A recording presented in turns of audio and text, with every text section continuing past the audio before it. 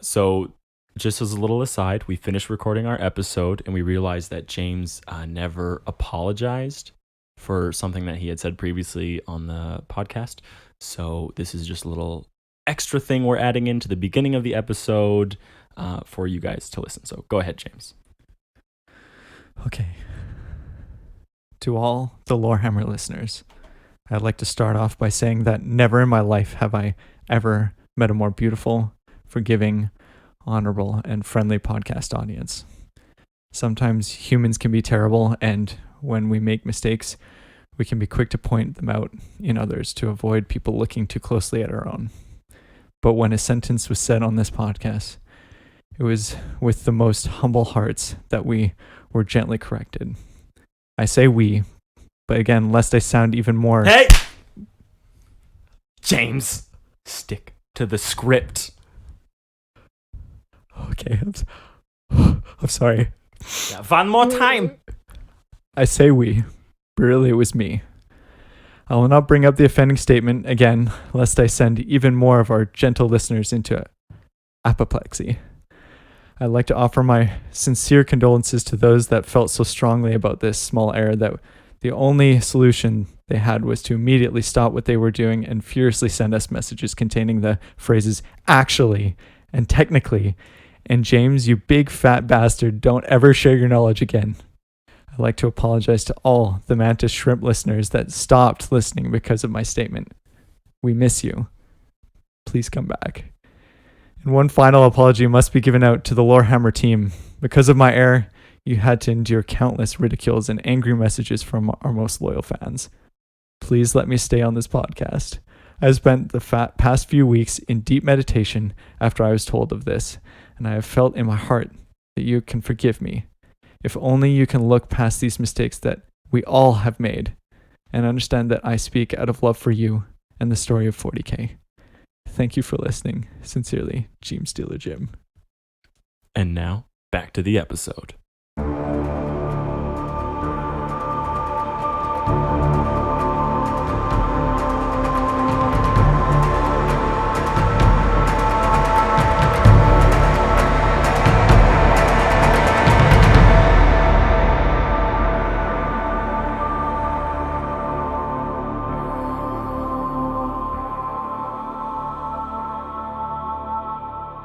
Hello and welcome back to Warhammer. My name is Eric. Hey, I'm Mark. Joining us today, we have James E. Teeler. Yep, that's right. James. Thanks. James.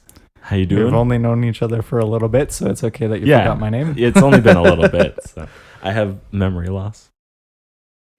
From what? Just in general? Huh? What? What do you mean? I don't know. Well, you said it like you had like a flashback to a traumatizing part in your life. I was flashing back and you disturbed me. My flashbacks, this isn't TV. People can't just see my flashbacks, Mark. They just play in my head. You need the harp music, really, just in the background. That's right. That's what happens. But joining us today, actually, all the way from across the big pond, well, one of the big ponds anyway, is Matt. Hello. From the UK. From the UK. The Definitely from the UK. Yeah. Happy to be here. That's long time listener, first time caller. Oh boy. Excellent. Yeah, Matt's actually someone who reached out to us. I don't know how long ago you guys. It was right around when I shared the shit stories. And then that was what got him, hey? Yeah, the very first message he sent was a shit story. So naturally, I'm like, I think I should add him to my personal chat. Yeah, Mark requested the fans send something in. And, I don't know if anyone else got it back, but I went for it hard. I had plenty of stories about shit myself that I had to jump in with. Yeah. What a lucrative business. Lucrative. Yeah. And run like shit through a goose. That's a British saying. Is it now? I'll take your word for that. But yeah. He went to England once. I didn't, but I saw a British movie. There it is. Oh, okay. Yeah, we all say that all the time. I knew it. I knew that movie was an accurate representation of... Hollywood wouldn't lie to you, Eric. It's fine. They wouldn't. Today we are doing an episode on Sisters of Silence. Did you already? Shut your mouth, boy. I had a hard time trying to figure out why they called them the Sisters of Silence. Like, obviously, because they don't talk, but why don't they talk? We'll get into it later. More on that. But just know, I had to at 11. I had to do the most research I've ever done. So that was about 5 minutes, but I was near him. I did see the sweat start running down his face after about. What if I don't have all the answers? Reading. That's it. That's what the sweat came The from. 4-minute mark, I had to like towel him off and kind of. It's like in the ring. He's like leaning. You can do it. It's okay. You can do it. Get back in there. Yeah. For the listeners. We have a new patron that we need to thank for their kind generosity. Michael. Thank you. Thank you. Thank you. A little disappointed in everyone else out there, though. Only one person felt the call to duty, the call to action. So everyone else get on it. So What an entitled little bit. We need your money. Give it to us now. we only are doing this to make the podcast better. I want the best for you guys, just like I want the best for everyone else in this room. That's fair. So you're doing the advertising, selling out hard on the Oh yeah. Oh yeah. Yeah, the more money we make, the better everything will be for everybody in the long term. Sounds he's good. He's not wrong. He's not lying. He's not wrong. Hey, I contribute. I can raise my head high. I don't have to feel You put walk down by into this. this room with no shame. I was like, yeah, I got the money to back it up. But speaking of corporate sponsorships and Selling out, I think is the way it's called. Yeah. we want to talk a little bit about the card game app Warhammer Combat Cards. So we shared a little bit. Who does it? Flare Games. So we shared a little bit before about last week about how for our tournament they wanted to give us a little bit of a sponsorship, which is awesome. But in Then they decide to milk and they're like, yeah, we want to sponsor you, but no, now you have to do these ads for us. Right. So Well, that's what it kind of. Well, I want your money, so here we are. Things we've done for money. Anyways, what we're going to talk about in this, in today's little aspect of them, is the amount of fluff that is included in this game. Yeah, this is what I like. Like, I'm not really a super big gamer or anything, but like, I could definitely get into the idea of just like reading the back of all these cards, because the back of each one, like, you know, the way the game works is, you know, on the front of the card you have a picture of a Space Marine and it's got captain, like its stats, and then it has its stats. But then you flip it over, and on the back it's like Captain of the 3rd Company of the Ultramarines, blah blah blah. He gives a bunch of little flavor. And there's a lot of cards in this game, and so each one has like just a little bit of flavor text in it, and then on their loading screens there's extra things. So it's one more thing that adds to the experience of this game that really kind of just makes it. It feels like it's actually a part of 40K as opposed to just like, because you can put down pictures of things, but sure, you know, oh yeah, that's a Space Marine and it does X damage. But then you read like its history or whatever, and it just 40K has such a deep. I'll use that word, a deep lore. So it really just feels more like 40K when you can read. That kind of stuff. The first time I downloaded the game, it actually didn't have that. It didn't have that like as part of the game. Like you couldn't just flip over cards and like read all the stuff. So then in one of their updates, they added it in, and then I found all I was doing was going through all the cards that I already had. Yeah, which probably like, I don't know, close to like 50, 60 cards, and I'm just reading all of them. It's like, ooh, like what do they say about this one, and what do they say about that one? So, do you have a favorite? Not really. Oh, okay. I don't have a favorite. Trap card.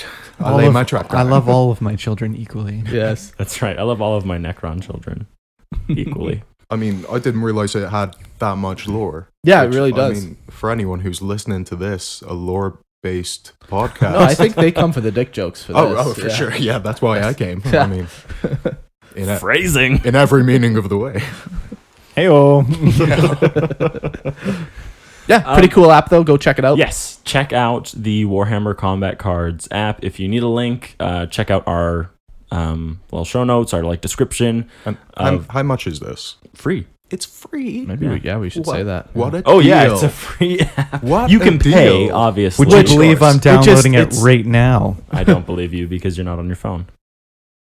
He's How about typing. now? All right, now it's there's Geez, now potential. he's just looking at those Lifetime movies.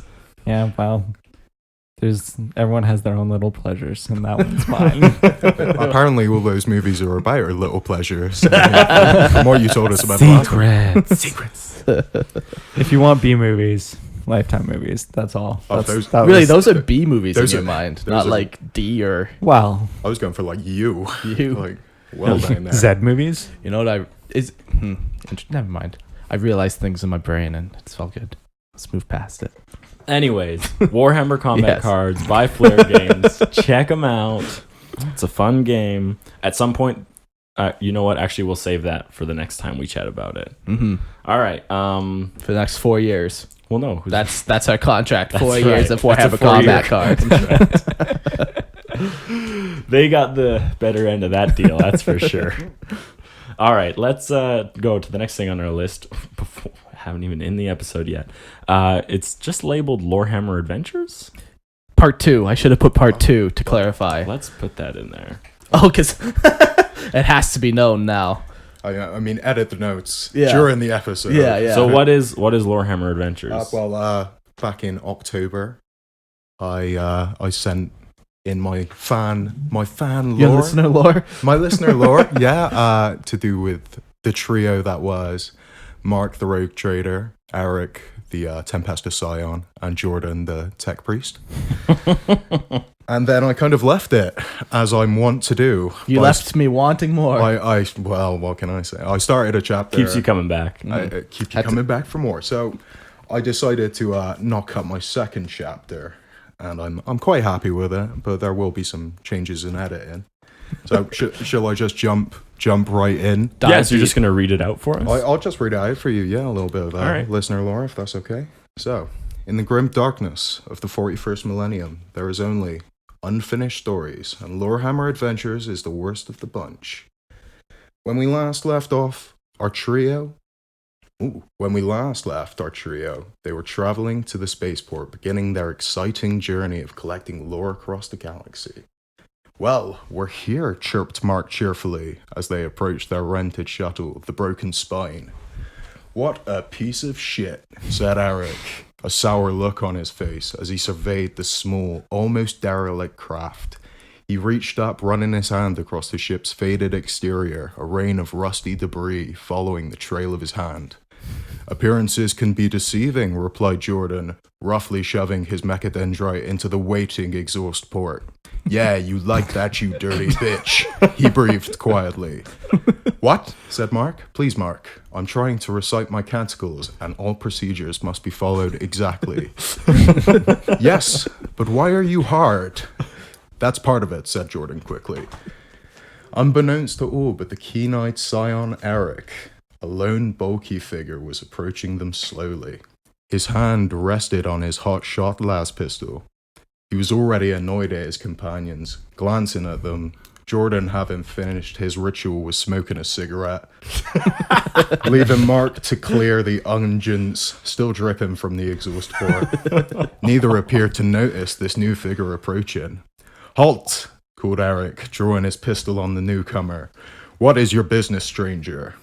Oh, you'll need more than that to harm me, a static-laced voice boomed. Appearing into the light of the port, one of the Skyfather's children, a space marine. He stood in gleaming Mark IV battle plate, resplendent yellow, a black fist in the center of the left pauldron. But he wasn't quite exactly what they were expecting. I am Imperial Fistian, he said. Yes, but where is the rest of you? Scoffed Eric. What, you would request a whole chapter? Laughed Fistian. Well, no, but you're shorter than I expected. What? I am a mighty tactical marine. What? Said Mark. You're not a Primaris? Well, no, I'm not a Primaris, but I'm more tactically viable. Are you even in army? Said Eric. Imperial Fistian looked down, not appearing to be happy with his reception. As the boys began to leave, they stated to the Imperial Fist, "We don't need you. This will be your last mission with us." As they boarded the space shuttle, the Tech Marine Fistian plugged himself in. Happy with his last bit of work, the broken spine, now showing as the broken penis, left the spaceport. End of chapter 2. Oh my god. We made a new friend. Well, I mean, I had to get him in there somewhere. I was hoping to get, I've worked out my next part for James to get in there, but Thanks. I'll be coming Appreciate in chapter 3. How many arms do I have? We're going to leave that All up right. to decision. All right. He's just gonna add more that he needs. It's just every time he'll describe you, there's just one more arm holding and touching something. It was going to be like, Mark shakes James's hand, and then he shakes the other hand, and then the other hand. Mark shakes the hand and find out James can grab more than just one thing. Ooh. Ooh. Mark runs back to Eric. James just tried to have sex in my mouth. I think I'm pregnant. Well, actually, you Wow. would be. So I hope you enjoyed. No, that was good. I did enjoy that. Are you even in army? Even in army. Probably one of my favorite lines from the podcast series. That's pretty good. Holy. Well, shall we dip right into the Sisters of Silence? Yeah. For sure. Okay, take it away, Eric. Well, we've got a... Keep it quiet. Sorry. This is a whisper podcast. Yeah. Sisters of Silence. Not Sisters of Bombastic Redheads.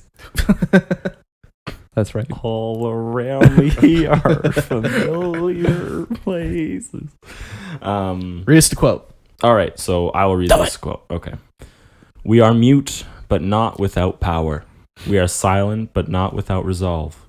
We are untouchable, but not without courage. We are sisters, and have but one father. We are seekers, and we shall find our prey. We are warriors, and woe to those we oppose. The Emperor's mark is upon our brow. All who deal with the warp must beware. His judgment and vengeance is ours to deliver. I'm a little sad that you didn't do it in a female voice, but That was my female voice. Sexy. Noise. I find it strange that the Sisters of Silence have a motto. I mean, Who would know? Who says this? Instead of chanting it, they all just write it down and then hold up the piece of paper. Is that they all do it in sign language? It is very just. It's pretty unnerving to watch. Yeah, but it's not quite It's as like it's like a haka. yeah, What? like a You know, silent like- hacker. Yeah, like the New Zealand thing.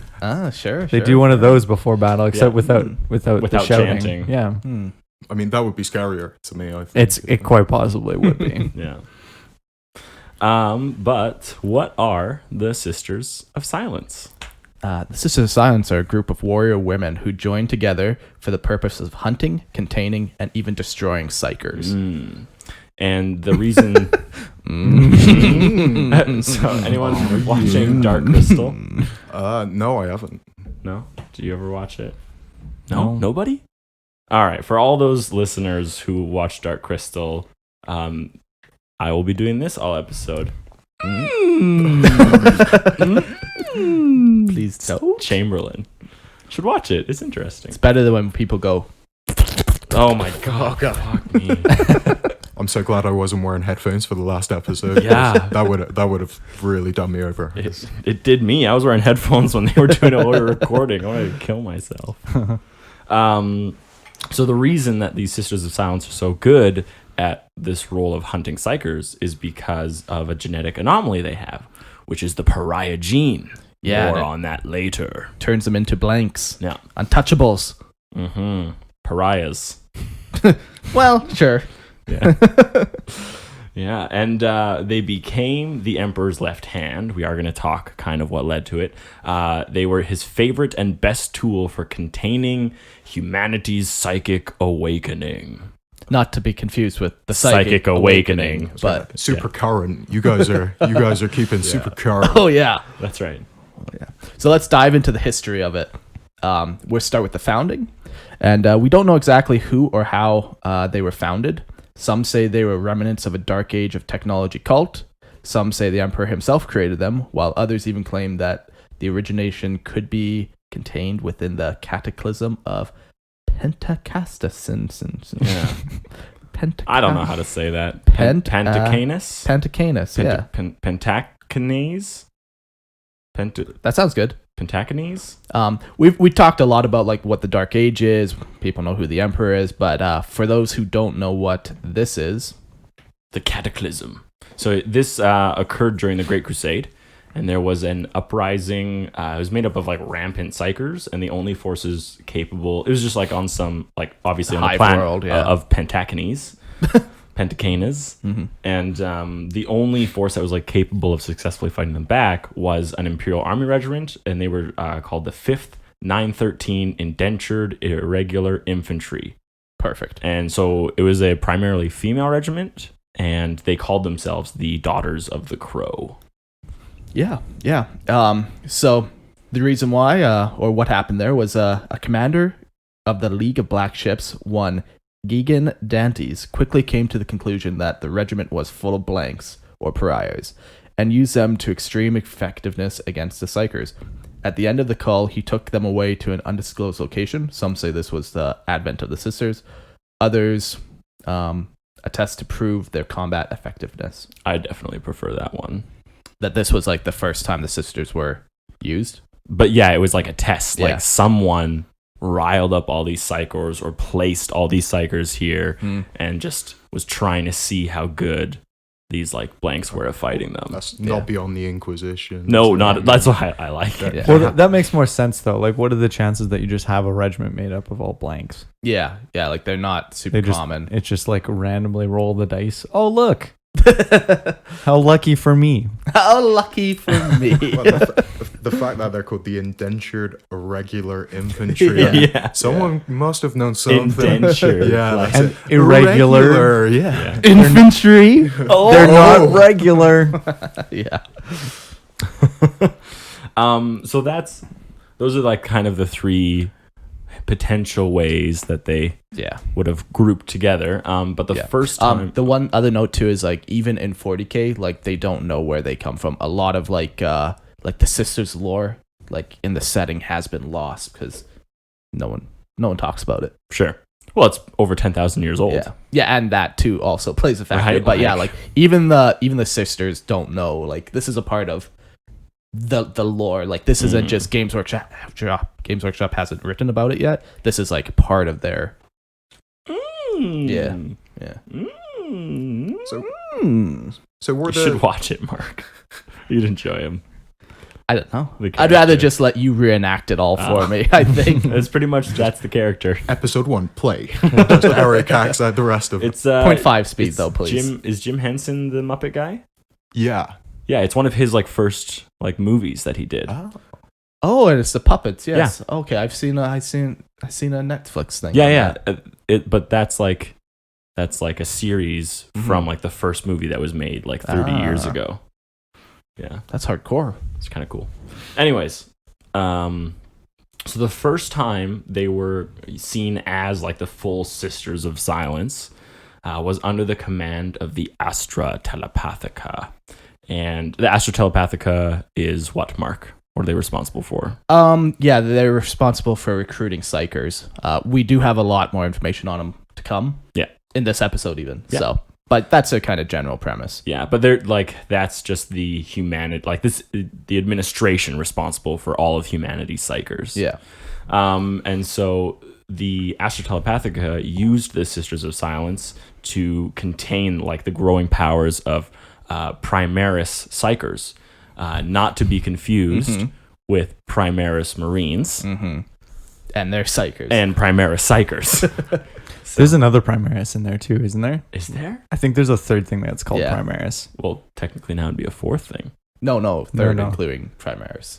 So there's Primaris What? Marines, Primaris Psychers, and I think there's one other thing that's called Primaris. Yeah, Primaris psychers. There's two different Primaris psychers. He's not following. It's fine, Eric. It's fine. Let's move on. Let me hold your hand. Come on this journey with us. But yeah, during the Great Crusade, like lots of psychers were starting to pop back up. There was kind of a bit of a lull or a call, depending on the planet. But yeah, during the Great Crusade, they started popping back up. Mm-hmm. And the Sisters of Silence are just so effective at what they do that the emperor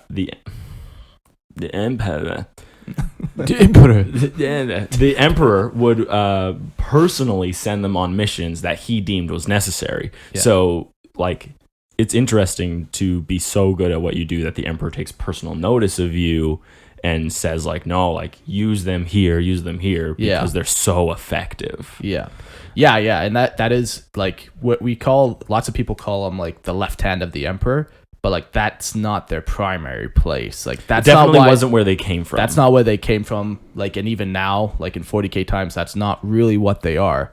But they did become that for a brief moment in time. Mm-hmm. And they have some benefits of being so close to the emperor. Yeah.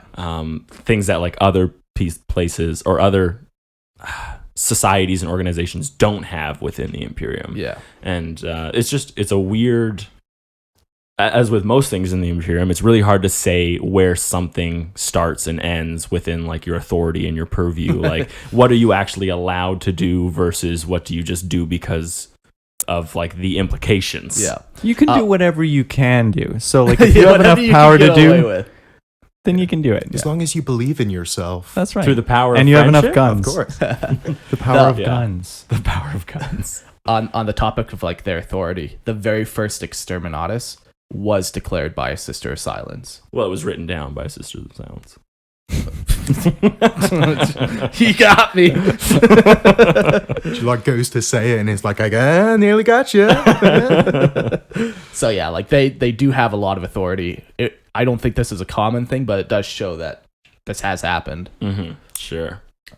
So that's kind of their founding. We don't really know a whole lot about it, but yeah, they are used by the Astra Telepathica, later by the Emperor, but they're still under the command of the Astra Telepathica. Mm-hmm. So let's jump into the Great Crusade and the Horus Heresy. Yeah. So during the Great Crusade, the Sisterhood was deployed when fighting particularly powerful psychers, whether that's Xenos that need destroying and annihilating, or humans that need destroying or annihilating or assimilating, depending on the level of mutation of that planet. Yeah. Were they ever like used specifically against traitor legions? Yes. Traitor legions. Well, yes and no. I don't think there's ever instances of them being deployed during the Horus Heresy to go against traitor legions, but like there is the whole Magnus incident that we'll talk about a little bit, and then also during the Siege of Terra, they're present. So like they definitely came into contact with. But I don't think they were ever like sent out to go. Yeah, sure. Yeah, they're less of a standing army and more of like a force that's just garrisoned and to be like used in small doses. Yeah, right. They're not sending them out on big campaigns. No. They're a very unique tool for a very unique job. Scalpel. Yeah. Not a hammer. Yeah. Thank you. That's...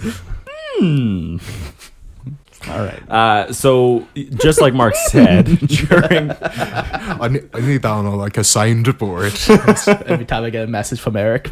That's the ringtone. Yeah. So just like Mark said, during the Great Crusade, probably like the craziest example is them going to Prospero to fight Magnus.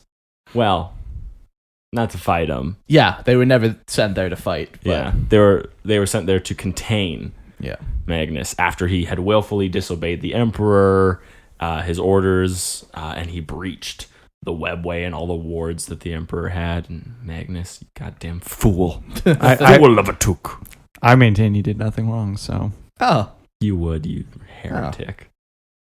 You also worship Logar. Yeah, exactly. So listen, I really worry about the origins of your space marine. I don't worship Logar. I just think he has some good ideas. Okay? There's a difference. Every time I'm Even playing... Hitler had some good ideas, I'm sure, right? Somebody has to agree to that. Anyone? I love the mustache. There we go. Great mustache. I feel like he ruined it for everyone no else. one else can ever Charlie wear that. Yeah. You could just say Charlie Chaplin had a great mustache. Yeah, exactly. But suddenly, Who the knows same who mustache. that is even though? Everyone knows who Charlie Chaplin. Oh, Speaking of silent, in the silent Exactly. films. Oh, it all comes back around. I'm ahead of my time. yeah. So The joke was ahead of its time. All right. You didn't get it. All right. Maybe I'll get it tomorrow. I'm in the tomorrow times. yeah. So they were sent on a bunch of like specific missions like that, specific causes, like going and getting Magnus, or fighting a particular psychic Xenos race or whatever. The major part they played during the Horus Heresy though was in the Webway during the Webway War. The war in the Webway. Yeah.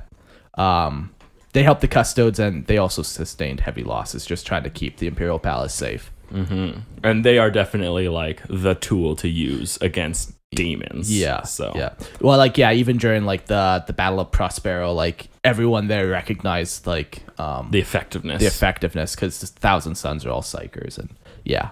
It would have gone very differently if they were fighting, say, like the Imperial Fists or like they wouldn't have been there. In the first exactly. Place. Like, Because they're only called upon. Yeah. Yeah, you'll learn later like why it's such like an important tool and why they're only used in very specific times. Yeah. And finally, during the Horus Heresy, they were there for the defense of the Imperial Palace during the siege, and they did their thing. They kind of would close like warp breaches and stuff. Rifts. Like, whenever like a new demon incursion was trying to siege the wall, they would be at the forefront trying to nullify it all. Yeah. But yeah. A very, very important tool to fight the forces of chaos. Yeah. If only everyone was a blank. If only. No, because then no one would have a good time. This is true. If only we all... Hey, we wouldn't have a good time, but be a little less chaotic, Yeah, but we wouldn't have a good time. No. Who? Safe and miserable is the way we like to keep That's the humanity. Immaterium. No, that's the UK way, maybe? That is, yes. So after the Horus Heresy, they start to fall off, and there's some thoughts of why this happened, but they kind of disbanded and kind of scattered across the galaxy. Which is an interesting thought.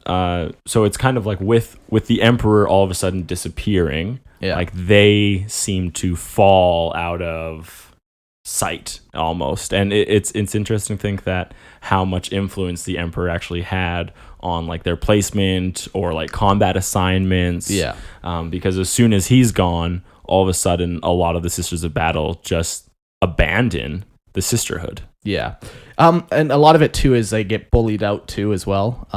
So their main purpose, they still continue to do that. Their main purpose was in service of the black ships that go across the galaxy collecting psychers. Working for the Astrotelepathica. Yeah, so they still kind of did that. Not as much, but they still were active there. But like Eric said, all those other battlefield roles that the Emperor was kind of giving them, like that all stopped. And the main reason for that would be, as we get into a little later too, like blanks, they're soulless, and when you're around them, you just feel uncomfortable. You hate them. You don't like them. Doesn't matter who they are, what they've done. You get this uneasy vibe around them. So that's how I feel when I'm around you. Oh yeah, that makes sense. It's the touches. Wait, who's the one feeling uncomfortable? Both of us. Who's the one touching? Look, I don't touch because I want to. Touch a I do compulsion. because I have to. It's an addiction. compulsion. It's a sickness.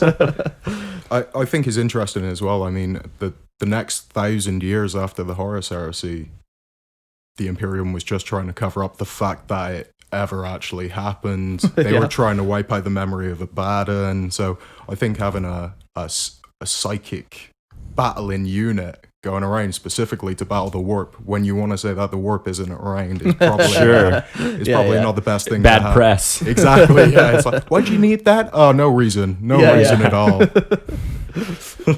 Yeah. So with the majority of the sisters now disbanded, they broke their oaths and spread throughout the galaxy. Terrible. Liars!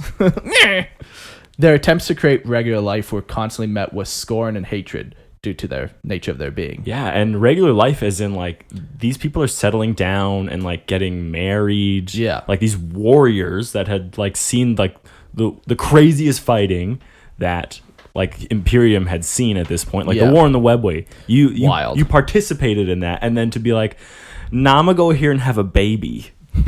Just gonna pick up a plow and start tilling Yeah, the field. it's kind of crazy to think like. It'd be interesting to know like what happened. What did they feel as like a whole, as a sisterhood, to feel like we don't.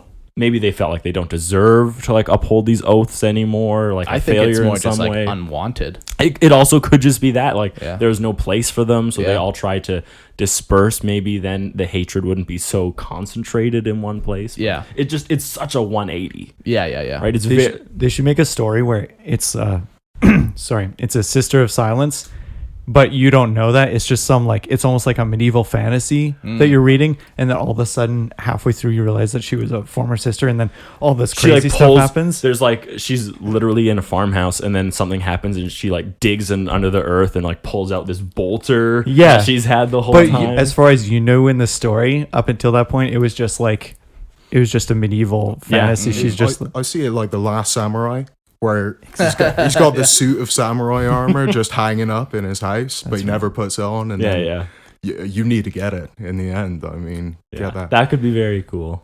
that's right. Yeah, but anyways, so yeah, all these people, and some did still go hunting psychers Yeah, like and they acting still as did work mercenaries. as the Yes, Astro Telepathica. but they spread throughout the galaxy. Yeah. Which was and so this was a mass exodus from the Somnus Citadel on Luna. on Luna. Yep, and so That's like their fortress Yeah. world. Or not fortress world, but fortress. yeah, so because of this movement throughout the entire galaxy, the pariah gene found its way into more of humanity than ever before. Yeah. So now, ever since the Horus Heresy, these people have been spreading, and the mutants have been growing.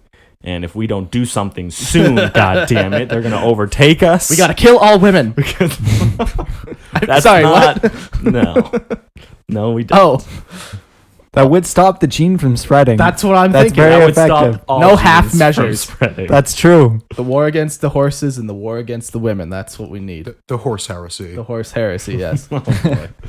And that's kind of the end of the Horus Heresy, and that's what they were doing For 10,000 for 10,000 years was just living life but still being mercenaries, probably like handing down this like stories of like what they did, but as well at the same time there always was that part of the Sisters of Silence that was active within the Astra Telepathica, so they never fully disappeared. Yeah. Yeah, and there's even like a couple like sisterhoods that were on far off planets that They would make like small garrisons. that literally didn't do anything. But there's a couple times like during the War of the Great Beast, a couple of these like covens, or I don't know if it'd be called covens, but a couple of these sisterhoods were approached, and like they weren't doing anything. They were just hanging out in their fortress. So so there's still a combination of things happening. Yeah. And then the last thing we have, and James is going to share this, it's the Indominus Crusade. That's because I like indominating. He's an indominatrix. That's right. Indominating all those Xenos and Chaoses, and except for word bearers, they have some good ideas. Just a few good ideas. I write them down in a book and I share them with my boys. What do you call the book? There are many words for it. Uh-huh. Good news. Libera Chaotica. Book of Logar. Book of Lorgar.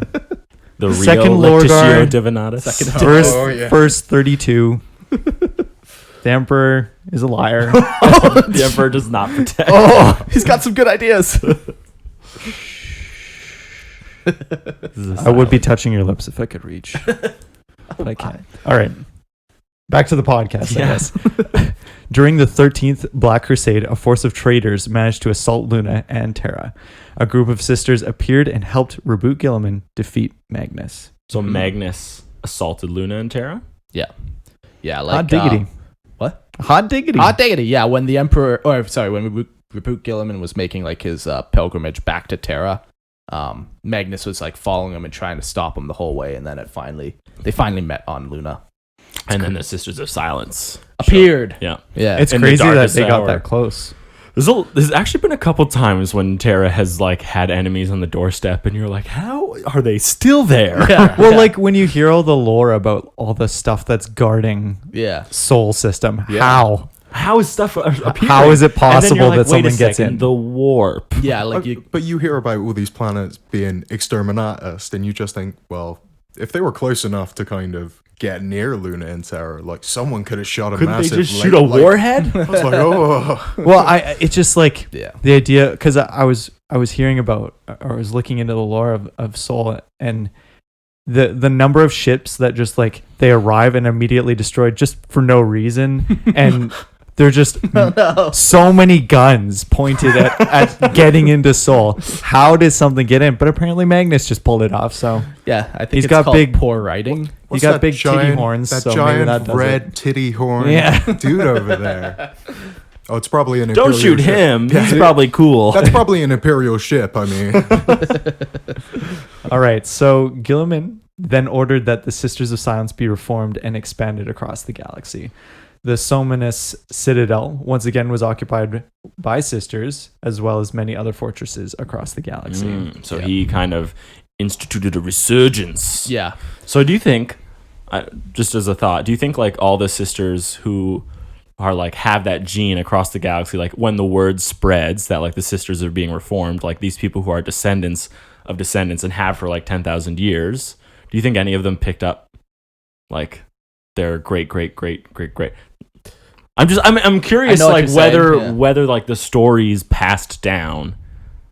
No, I don't think it would. I guess it all would be on the person, right? Like, but 10,000 years is just so long. Exactly. I'd love to think of this one who like has heard these legends. I'm sure there would be one for sure, but I think most of them were trying to separate themselves from. Sure. I don't think they would ever stop recruiting on the black ships. Though I mean, even if they weren't meant to, I think they would still kind of they know their purpose and they've seen the. Yeah. My personal the thing I think happened is that Reboot had a conversation with the owners of GW, and they're like, we need to make more money, so we need more female representation. Both of those conversations, and Gilman's like, that's a good idea. And I'm for it. So let's open that up. I think that's the most in canon way of explaining it. Absolutely. Yeah, that's the out of universe way for sure. No, it's in universe. Oh god. Yeah. Games Workshops are actually the old ones. Oh my god.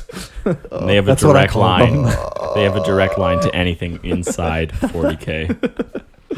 All right, so the Sisters of Silence have since returned to the front lines of war and have taken up more of their previous duties outside of just running the black ships. Yeah, because Reboot Gilliman was obviously around during the Great Crusade and the Are you sure? Them. Yeah, he would have saw them. I'm pretty sure in the black. Oh wow. So he would have just been like, well, just do what you guys were doing before. It seemed like you were doing the right thing. You're obviously very good at what you do. Yeah. So why did you stop? Yeah. And he goes and smacks around a High Lord of Terror. He's like, you idiot. Yeah. So now with political protection of Reboot Gilliman, they're kind of let back into society and they're still hated. Forced to be back into society. Yeah. You can no longer shun them as much as you want to. Yeah. I think it's quite nice that he kind of bitch slapped down the custodies and then raised up the Sisters of Silence. Like, what are you guys doing in the palace? Like, come on. Idiots. And then he's to the sisters like, get back into the fucking palace. Come on. Woman's place is in the palace. Palace kitchens over there. Oh dear. So let's talk about the purpose. Originally, the Sisters of Silence are psyker hunters that work as the militant arm of the Astra Telepathica. Militant being an interesting word. It's not really like a military. They're not going on. No, but militant means like aggressive, like they're able to fight. Yeah. Yeah. If anyone in the Astra Telepathica is used in like a form of force or violence, it's the Sisters of Silence. Yeah. Because they're fighting very specific things. Yeah. But like we said, they also worked closely with the Emperor on special psyker assignments. Mm-hmm. So let's talk about what the Astra Telepathica actually kind of is. So it's made up of two branches: the League of Black Ships, which is responsible for the recruitment of psychers, and then the Scholastia Psychana, which is responsible for the training of psychers. Mm-hmm. And the League of Black Ships is a fleet, and they're everywhere in the galaxy, and they're charged with collecting and transporting psychers. And because we're just amassing all these untrained psychers and this psychic potential, it poses like a massive threat to the ship and its crew. Yeah. And even if a psyker's not hostile, he's still dangerous. Yeah, he's an open, like he's a channel into the warp for the forces of chaos. Like he's they could be any age as well. I mean, imagine going through puberty and you're shooting off lightning bolts all the time. Imagine being an infant and you're throwing a temper tantrum. My body's going through changes and I don't understand. This is normal for everyone, right? I keep floating up to the ceiling and shit. Hair's growing everywhere. So because of like the threat to the black ships, the Sisters of Silence were like tasked with the protection of the ships, and through the use of their blank abilities. Yeah. These black ships are technologically advanced vessels covered in anti-psychic wardings and constructed from a psychically resistant ebony metal. We all wonder what that is. I never thought about that. Yeah, I never thought about that until right now. Oh. Yeah. Yeah, potentially, yeah. Idiot. Moron. So obvious. God. Get out of here. The black ships travel the galaxy, going to every imperial world roughly 100 years to collect psyker ties. That's crazy, because it's not like they're holding off on 100 years. It's just the circuit that they're on takes 100 years. It's just wild to think of. Yeah. Black ships are piloted by regular humans, and the Sisters of Silence are only there to nullify psychers and to step in if something goes wrong. So Sisters of Silence are also sometimes found in ongoing war zones to help support the Imperium when dealing with enemy psychers. And this is very important. Only psychers. There's no reason for them to be anywhere else other than psychers. Yeah. So also, although these assignments are usually pretty brief, because no one likes hanging out with the sisters. No. Bunch of chatty women. That's Wait. not. Sorry, that was just my regular life seeping into the podcast, I think. I mean, well, okay. So it would be like lorically not accurate to have, if you put on the tabletop, a Sisters of Silence and a Necron army. Like fighting a Necron army? That should never happen then. Unless they were there for some other purpose. And they just got caught up by them? Yeah. Yeah. But even then, like, I don't think a sister would hang around to fight a Necron. No, I don't think it'd be charging into the front line. Like, even if, like, the group that they were with were being assaulted, I think they would kind of... I think they're holding back, and at the very, like... That's not their role. They're worth more than, like, an infantry unit. Yeah. So they're not going to go save an infantry unit at the chance of dying themselves. Yeah, so and like Tau, you'd never see them fighting Tau. Tau do have a bunch of like Xenos clients that have psychers, but like straight up Tau, no, probably not. Interesting. Yeah. But you imagine them against the Eldar and it's like a complete shutdown, an off switch to all of their viable powers.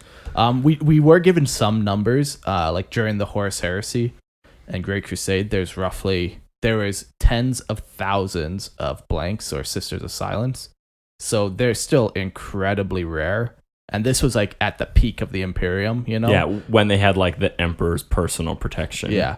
Now, having said that, they have spread the blank gene throughout the galaxy. So maybe there's more of them, but they're still such a rare thing. Like, yeah, rare, like even millions is still rare in a galaxy with untold numbers. Yeah. That, like, in my mind, they're definitely rarer than a Space Marine, and there's only 1 million Space Marines.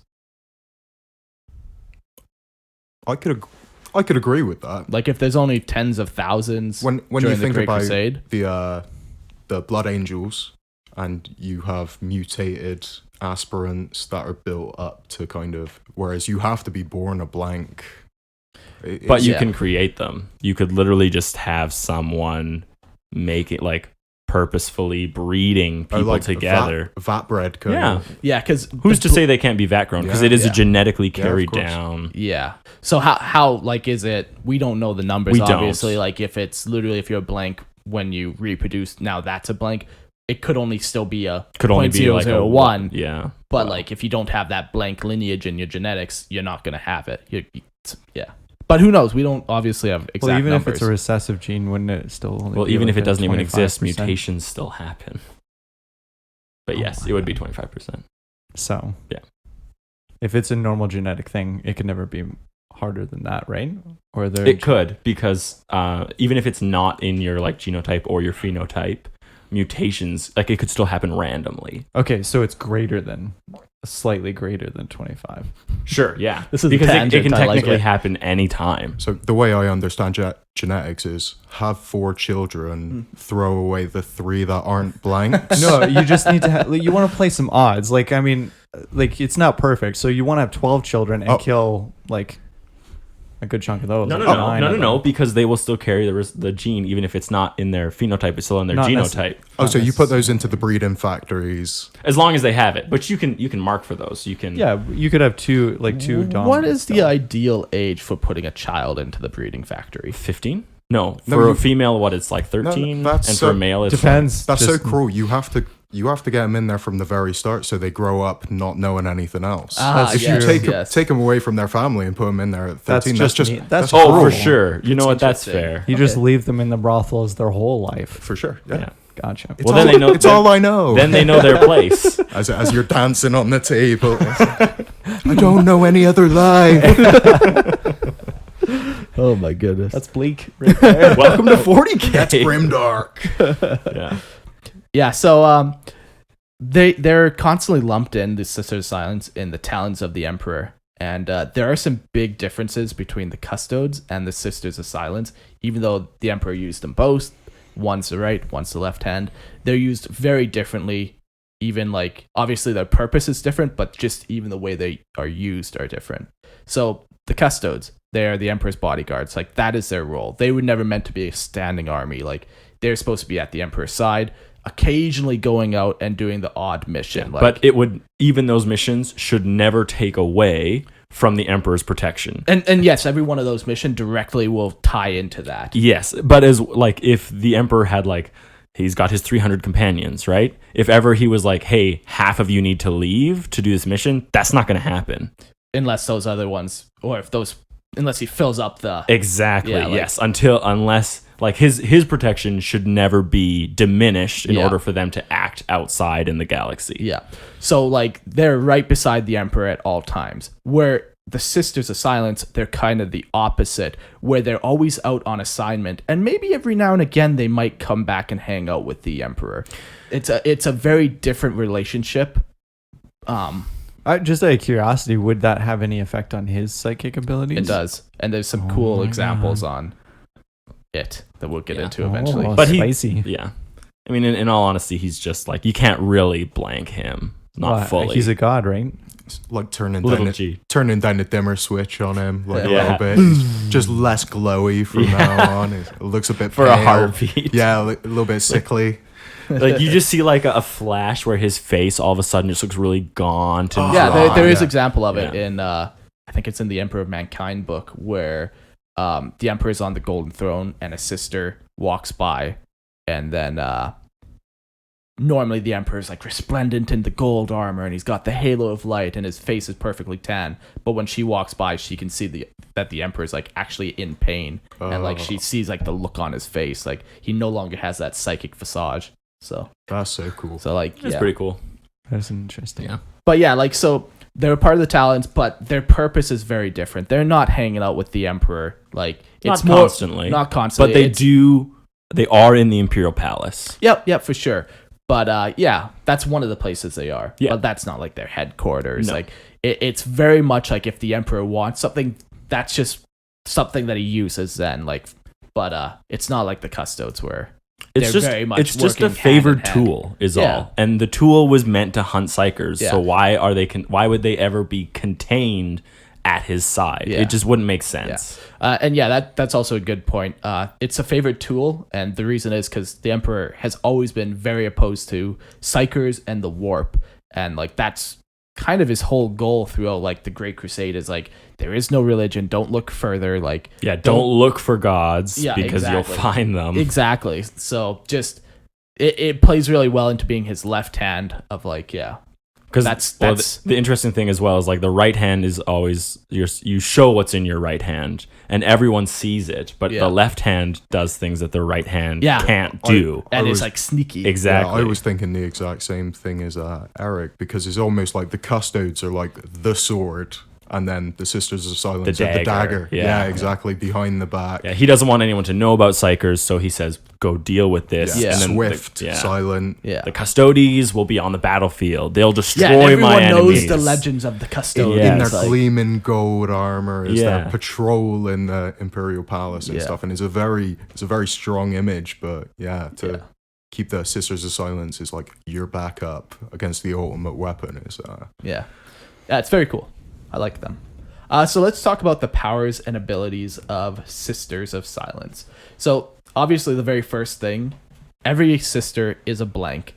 A blank is a human mutation that causes the human to have no warp presence, or a soul, some people call it. But being a blank goes beyond not having a warp present. It also actively... it's funny, like if you were doing that opening of a window in just a regular day-to-day life, wouldn't be distracting.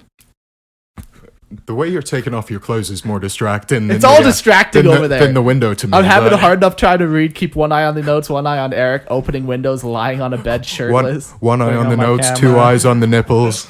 This is why we need a camera. Support our Patreon so Hopefully we can buy a we camera. don't record where there's a bed. It's like an 18+ podcast over here. We found our new streaming website. Pornhub. What do I type in to find that? Warhammer. I like it. I have always thought that the fans should be called lore whores, or low hose for sure. Oh my god. So I'm going to read that again. So every Sister of Silence is a blank. A blank is a human mutation that causes a human to have no warp presence or soul. But being a blank goes beyond not having a warp presence. It also entails that they actively block out psychic phenomenon. Which is interesting to think that somehow the genetics of a human can be tied to an intangible like warp. Yeah, it's a weird thought. There's a lot of comparisons where you can see that there's like a genetic connection to the warp, and then other times it doesn't make any sense. Yeah. So like psychers, you can't breed them. Yeah. You cannot take like Malkador and like a powerful female psyker, put them together. There's no guarantee that baby is a psyker. And there's not even any like greater chance. Right. Like And it's completely random. And yet you have the Custodes who are created with the Emperor's genetic material, who do say to have some kind of psychic presence, not really a presence, but more of just twists of fate because of their attachment to him in a genetic manner. So it is interesting to think that sometimes genetics seem to work for the warp and sometimes it doesn't. Yeah, like Navigator gene, that's a psychic that's tool. A psychic that's thing, but it's passed genetic. on. Yeah. Yeah. Yeah. It's interesting. Yeah. Do I chalk it up to warp fuckery? Oh, absolutely. Okay, good. Yeah. Well, and just Games Workshop. The old ones. Matt The old ones. It wasn't even him. It's been a long time since I've railed against Matt Ward. Wait. Last time I heard on this podcast, it was Brant. And it was just straight out of nowhere. I was like, oh. That man knows what he's talking about. Yeah, he knows. So, depending on the power level of a blank, they will have varying area of space around them that blots out the warp. And there's actually some given like ranks. So, if you're a Sigma blank, it's the weakest. that was a Freudian slip right there. Hey? I've been told when I read, I always add one letter. Mm-hmm. Sure. So Sigmar. That makes perfect sense that you. So it wasn't even a Freudian slip. It's just my inability to read. Siccadictrus maledictum. I add a D in there, I guess. And the most powerful is Omega. Yes. Multiple blanks will actually be able to combine their aurora to make like a larger bubble. So if you have a particularly what's the smile? Aurora Borealis. The Aurora Borealis. See, that time I added a whole word, not just a letter. Yeah, but it is interesting to Aura. think like Their aura. they add their power together, Yeah. and through their powers combined, they're able to battle the forces of darkness and save the planet from the evil Galcatron. Galcatron. You know, Sounds about right. wind. They are like Voltron. They unite. Yeah, Our powers will be combined. stronger. Yeah. Since blanks have no connection to the warp, they cannot be possessed, but more interestingly, they cannot be corrupted by chaos the same way the rest of humanity can. Hot diggity. Yeah. So the whole like, no Grey Knight has ever been corrupted by chaos. Technically, you also could fall to the Sisters of Silence and say the Sisters of Silence have never been, not through any strength of their will, but just because of a genetic anomaly. So it's not hard for them to do it. So it's less impressive, but it's also a good record. Yeah. So like if all humanity was blanks and there were no Xenos left, Yeah. would that mean that chaos would just kind of like Yes, get starved out. I'm going to do a throwback all the way to episode 1. My plan to save the galaxy is if you just breed a bunch of blanks and you put them in 1 square foot cubes all across the entire galaxy. See, the way Mark would do it, though, he just wouldn't even put them in suits. It would just be like dead bodies, each meter in space. Why isn't this working? You didn't give them air, Mark. God damn it. They're just tools. They don't need air. God damn, one thing. But just because they're can't be corrupted by chaos, they can still do Doesn't bad mean they can't be things. tempted either. No, I don't think, because you can't hear the whispers. Oh, but It's more like... Well, like a cultist could still come and whispers in my ears? But that's yeah, a cultist could still come and say something. It's Yes, just not a their- conventional Their machine. will isn't like impenetrable. It's just their mind. But is. what would chaos really have to offer them? Because And what would they have to offer chaos? What's the one thing? Grab any boons. What's the one thing that a blank doesn't have? Friends? Acceptance into society. I was right! Yeah, They true. don't. Like, they're outcasts. They're pariahs. So if ever there was a thing where it's like, no, like, we want you. Like, come over here. Would that not be something that they would want? But would the demon even be able to? I mean, I don't. I'm not see- saying a demon. What if it's just a cultist? Oh yeah, for sure. Like, it's all chaos. yeah, Right? I'm not... Yeah. Like, chaos doesn't have to come to you in the form of demons and gibbering madness whispering in your ear. Yeah. It's everywhere. I don't know how they would get close enough to offer you friends. I know that sounds sad, and we want to keep things upbeat, but yeah, it's like they try and get close to you with like this big party balloon, and like everything's going on, and then they just like collapse down. Oh god, Every time. Again. all the balloons pop as you get like closer. Oh. Yeah.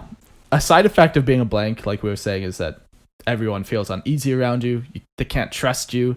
They can feel your like lack of soul, and they don't like it. Yeah, it even can translate though to like a hatred. Oh yeah, It doesn't have to just be an uneasy feeling. Like these blanks primarily, well, especially the Sisters of Silence, because there are male pariahs, but there aren't any male Sisters of Silence. No. Anyway, so these pariahs, like, you cannot like spend an extended period of time with these people.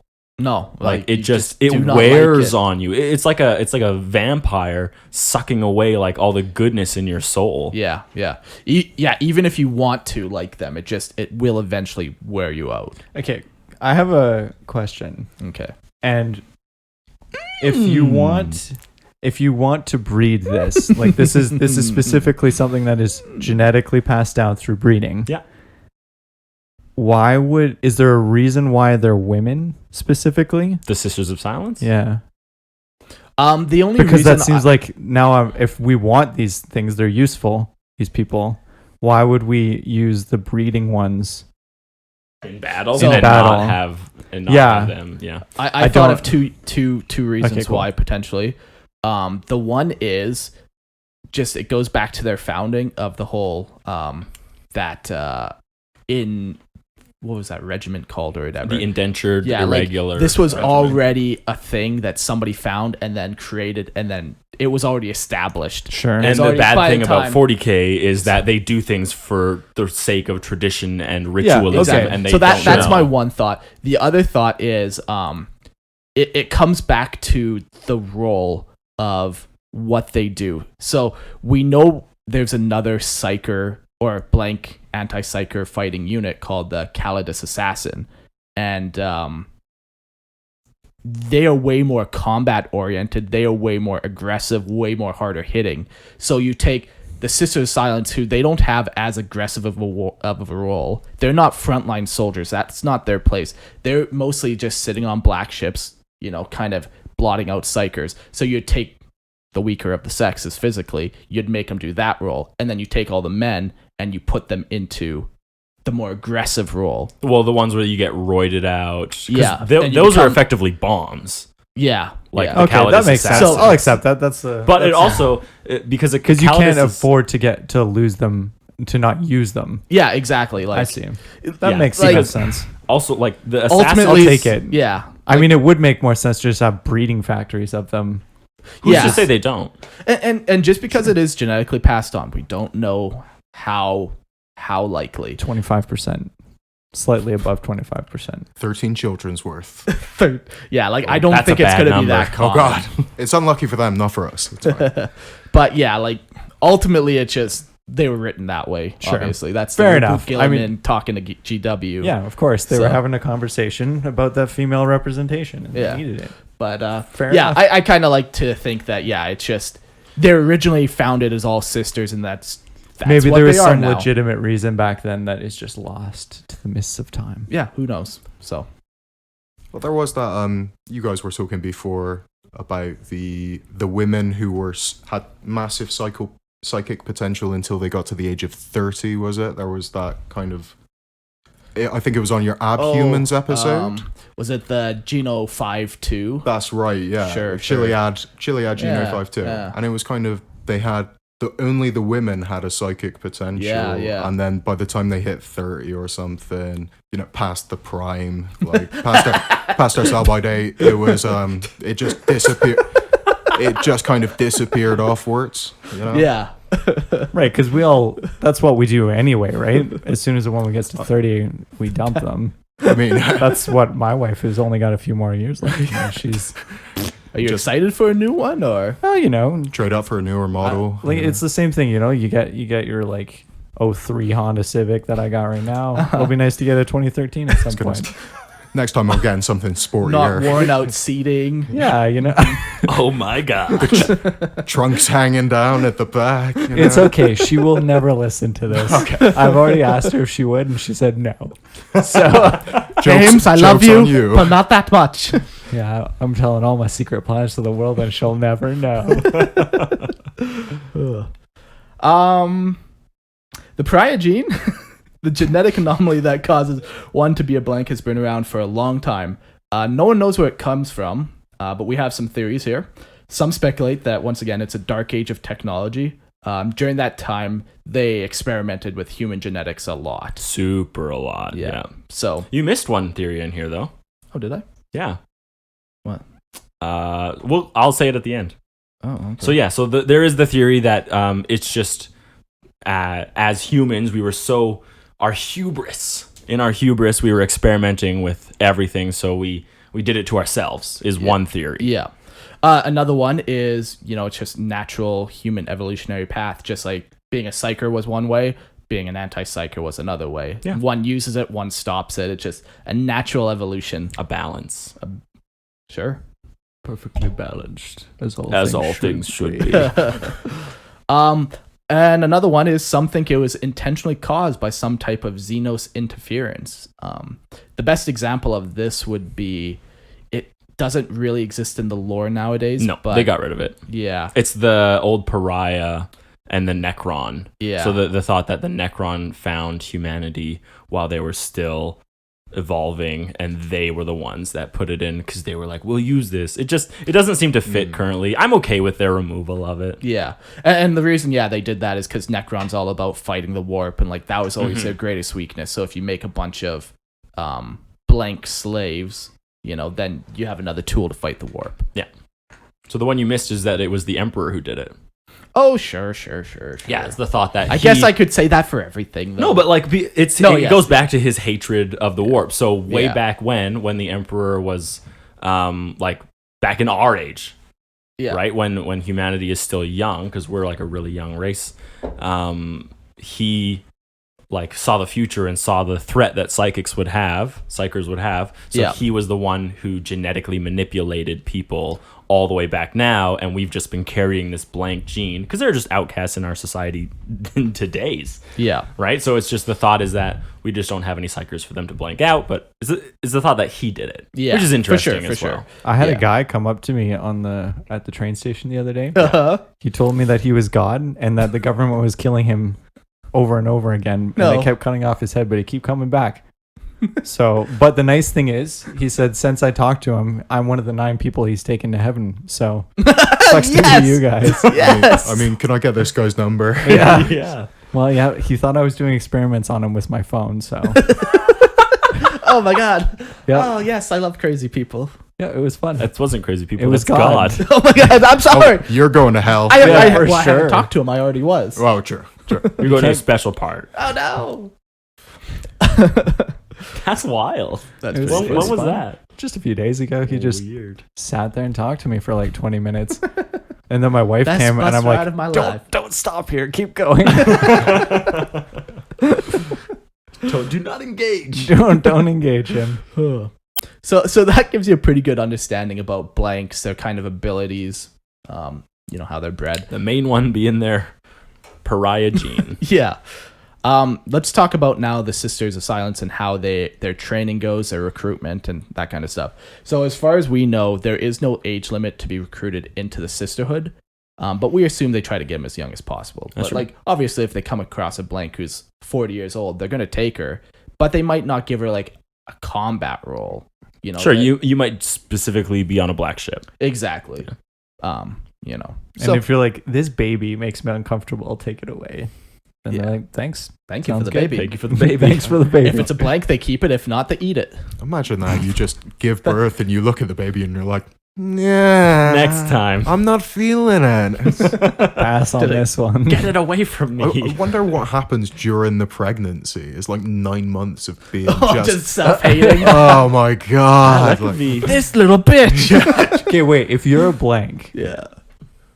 are you made uncomfortable by other blanks? I don't know. I don't think you would. So if you- Because you it's wouldn't supposed to blank resonate. that. It's supposed to resonate with you on like your soul level. You wouldn't feel And that blanks presence. don't have a soul, so there's nothing to resonate with each other. Both of them just feel like a void. So they're already used to it, maybe. In Void the, on void. In the Eisenhorn series, Eisenhorn starts collecting blanks, which he calls the distaff, and it's basically because he sees the power of being able to walk next to a blank, have her soak up a lightning bolt instead of him, and it's all fine. But he puts them all together, and it's kind of the first one he finds is a prostitute, and she doesn't know why her life is so bad, and like bad things keep happening, and she just can't fit in. And he's like, "Oh yeah, you have no soul." And she's like, I know I'm a prostitute, but come on. that makes so much sense to me now. And yeah, he kind of forms this school, and yeah, it gives them a purpose and something to do with their lives, which is Good guy Eisenhorn. good guy. Isn't Eisenhorn a psyker? He is, yes. But I bet he's powerful enough that the No, blanks I don't think he affect just it. accepts it and finds it's a tool. he does, and he's got a bolt gun as well for when he doesn't have to use his lightning bolt. So He's obviously, also got those eyes, like he's looking down. He's got his eyebrows down and his eyes up, and he's looking at you. them steely blues That's all he needs. freeze you in your tracks. Yeah, that's pretty cool. The Sisters of Silence are also extremely well trained, with a lot of their life being taken up by drills and combat exercises. Like, these are highly skilled warrior women. Yeah, but the interesting thing is that they are not genetically modified in any way. But they most likely are still, they get combat drugs, stims, Exactly. stuff like that. You know, But they're not being modified in the same way that any other like advanced shock troop warrior of the Imperium is. yeah, the Custodes or Astartes. Space Marines, yeah. Yeah. But yeah. We don't know a lot about their training. We know kind of one thing is that when they start their training, they're actually allowed to talk. But as they get further in the ranks, then they take their oath of tranquility. But we don't really know like when that typically happens, that kind of stuff. Is it because it hasn't been written, or because it's like on purpose mysterious? That one I would say it just hasn't been written enough on. Yeah, because there's not. It's Yeah. not like to like break the lore a little bit, but it's not like something that GW has poured a lot of effort into. It's not like the Sisters of Battle where they're like making a release. It's more they've only got like a few models, right? Yeah, they got one box set. Yeah, so and then a couple Forge World ones, but yeah. So they probably when they do an hopefully eventual they do release, more. Yeah, like I think they should get their own codex. Maybe not. Never you mind. want I take it another back. Imperial Codex? No, I take it back. I They said I should take do it back. They should do a Talons. I'm sorry. They should do a Talons of the Emperor Codex. That would make more I think the sense. Custodes have too much, and the Sisters have too little. Yeah, Like combine them. Yeah, exactly. Take away some stuff that the Custodies have. You can't now. I know once it's out of the bag. impossible. But like they have like 2 types of Terminators, and like I like it, but it's too much for what the Custodes are. Like I like it. The Banana Boys are cool. I'm not saying they're not cool. I just think they're little bitches. Time and place, James. Yeah. Now is neither the time nor the place. Doesn't sound like you're into custodes at all. We got this funny message saying, "Oh, I didn't really like your last episode. 2 of the people weren't interested in the topic." Who is that? Is it me? I don't know who it was. I'm like, really? I thought we all. I thought that was what a fun episode was episode. it? I love it. It was There was on a the Custodies. Custodies. Yeah. Okay. Yeah, I thought we all liked it. I'm like, I loved the episode. I thought it was great. I mean, the hatred of Primera Space Marines was coming seep through. into every episode. But no Custodes hate that I could pick out. I just think this guy really liked Custodies. Yeah. Yeah. He wanted you to be like, oh yeah, we would lick their armor. Exactly. Yeah. The only way I apply oil is with my mouth. Yeah, exactly. Yeah. Oh, Trojan Valerie. You beautiful bronze god, you. Another thing about their kind of abilities and kind of their training is the way they communicate. This is fun. The transitions. Yeah. I love it. How else do you do it? I don't That was know. not a good way. It's not a good. How do still you jump funny. from Licking. talking about licking I feel so bronze men? I feel so bad that I'm here. I feel like I'm derailing you more than you're you doing usually get great. I thought we were meant Wait, to I talk thought you listened to the podcast. I thought we were meant to talk about man on man as much as possible. That's the only reason I was That invited is on. my favorite. So this is. So How do you do it? I don't know. Cool. Sisters of Silence. So the communication. The Sisters of Silence take their name from the primary oath that they swear, and this is called the Oath of Tranquility. We don't know exactly why they take this oath, but I was able to find a couple cool theories. So, also to note that the Sisters of Silence, like this is in universe, they also don't know why they do this oath. Like that's stated. Interesting. Yeah, so it's not like they just haven't written about it. That's actually been stated. So the one theory is they know the true emperor, and it goes back to that example of when that sister. So like not the emperor, but like They know him Morgan? as a person. They can see through his bullshit, psychic bullshit. It's like when she walked past the throne and she's seen that he was in pain. Like they're the only he ones. can't hide things from them. Exactly. Like, and even like if the emperor tries to talk to him, like he can't play a trick. He has to use his actual words. Like they know the true emperor. They can tell when he's bullshitting them.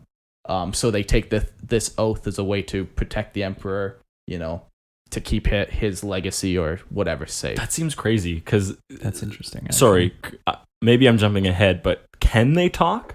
And they've just taken taken an oath to not talk. Yeah. See, that seems dumb. You should just rip out their tongues. There have been sisters who have broken the oath, like the all of them happened after the horse heresy. A bunch of them broke their oath. Well, and the first one that Mark mentioned, the first one to do Exterminatus, she considered her oath wasn't broken, just changed. Which, if you're talking, I mean, and you're called the Sisters of Silence. Sisters of Quiet. Sisters of mostly silent. Yeah. Sisters of, I don't have anything to say right now. But I will at some point. She's been holding just her words for silence 30 in years. comparison to most women. It's just every time you ask her where she wants to eat and she doesn't say anything. Yes. And then you finally get there and she's like, didn't want to go here.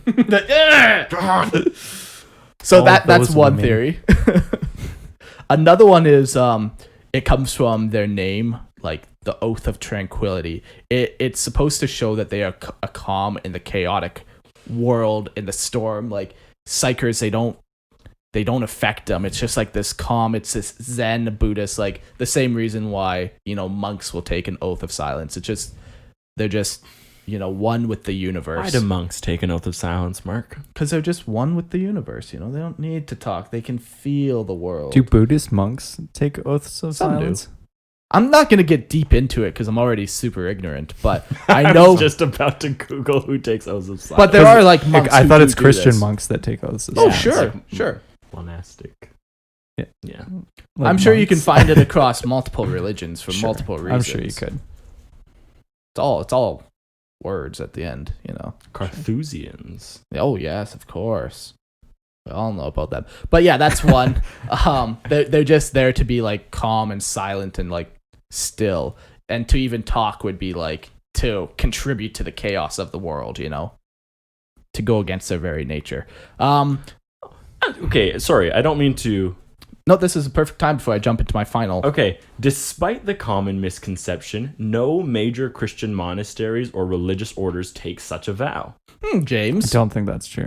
Where are you Yeah, it getting is this? Wikipedia.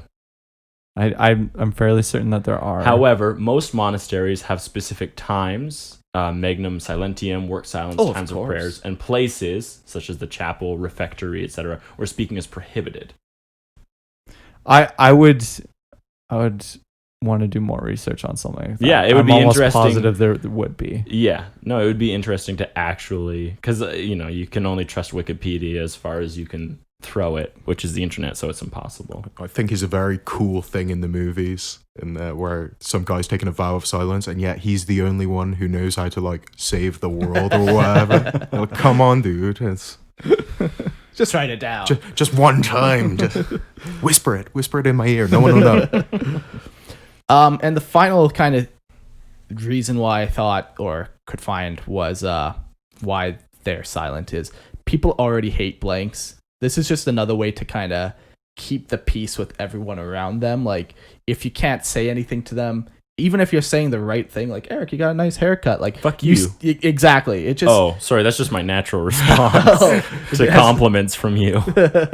It's just another way to kind of just alleviate some of that tension if just not all of them are chatting all the time. And What's your favorite theory? the Emperor one. Yeah, Like, same 'cause- here. That's awesome. Yeah, because That's that so one's not even grimdark. like a theory like that one. We have examples of Yeah. that happening. It's just whether or not that's why they actually Exactly.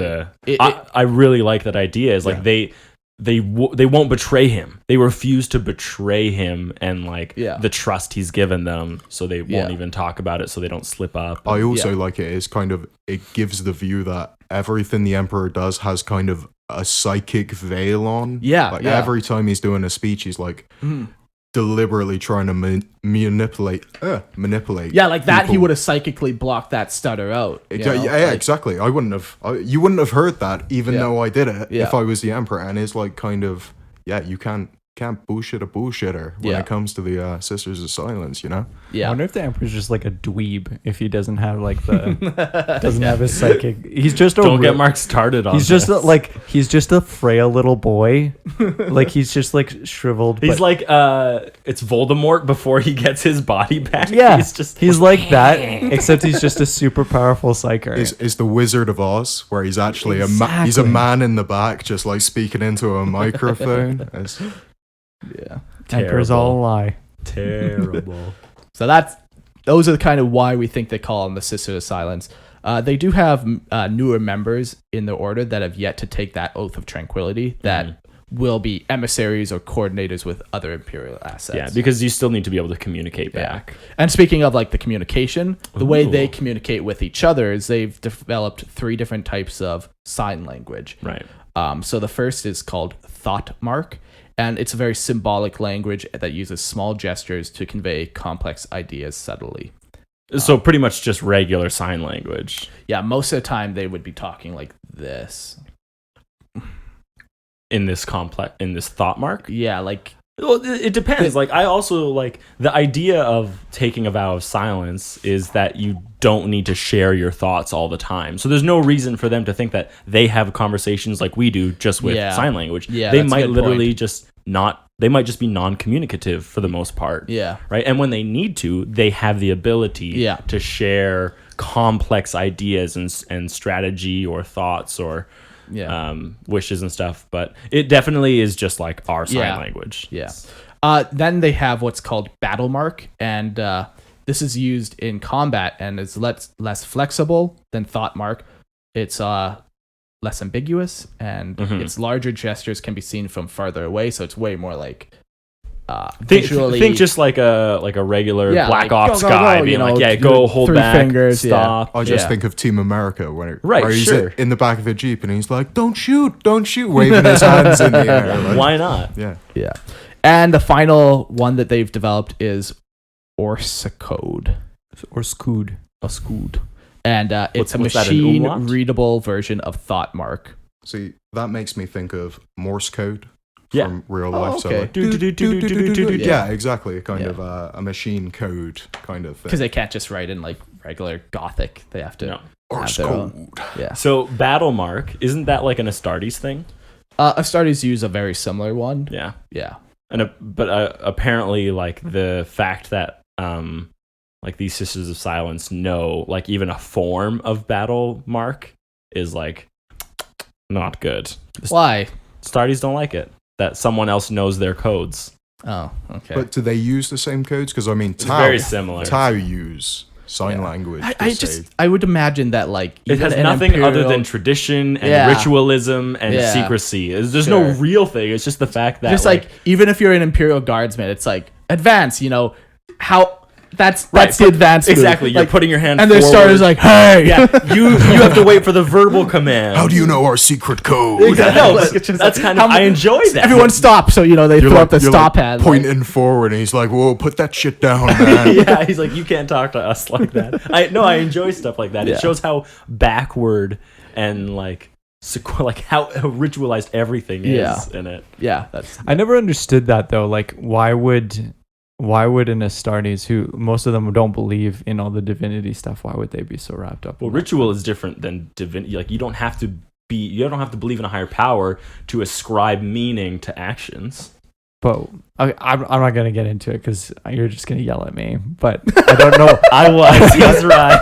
That's what I came to Canada for. I was hoping for. I don't understand why something would be sacred if there's no religious aspect to it. If you're not religious, why is there sacred?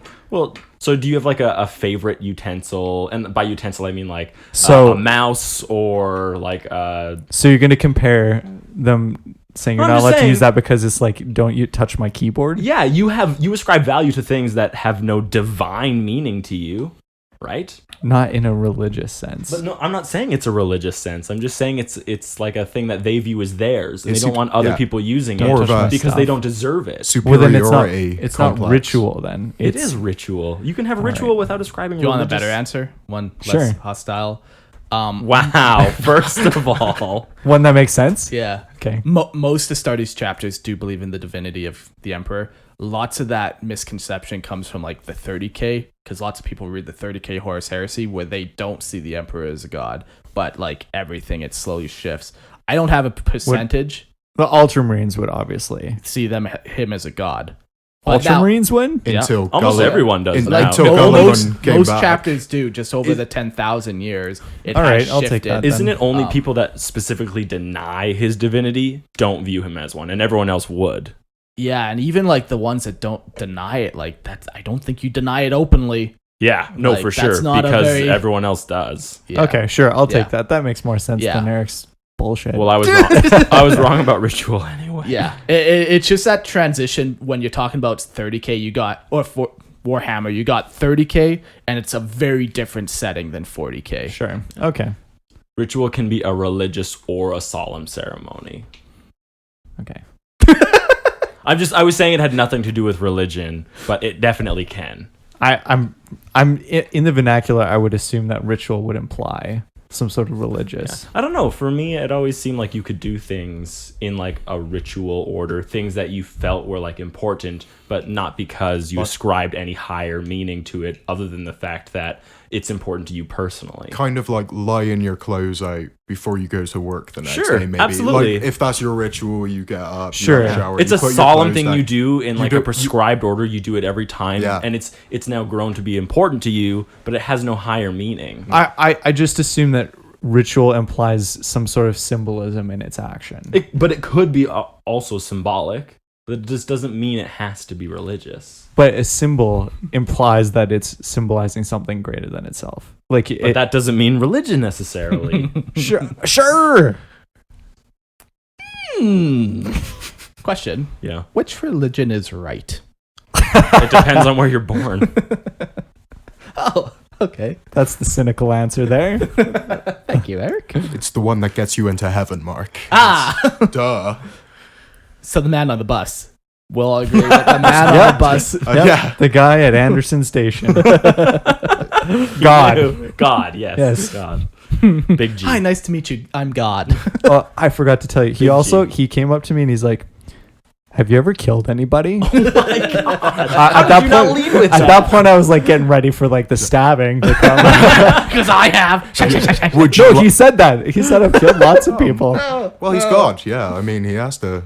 Like, You ever heard of the flood? yeah, the Black Plague. Black Plague? Cancer. Oh my God God. damn, this guy, man. It was quite the conversation. I'm not You gonna ever lie. killed anyone? Would you like to? I need to get back up to heaven pretty soon. Oh my God. Oh, boy. So how do you transition from that to... Organization.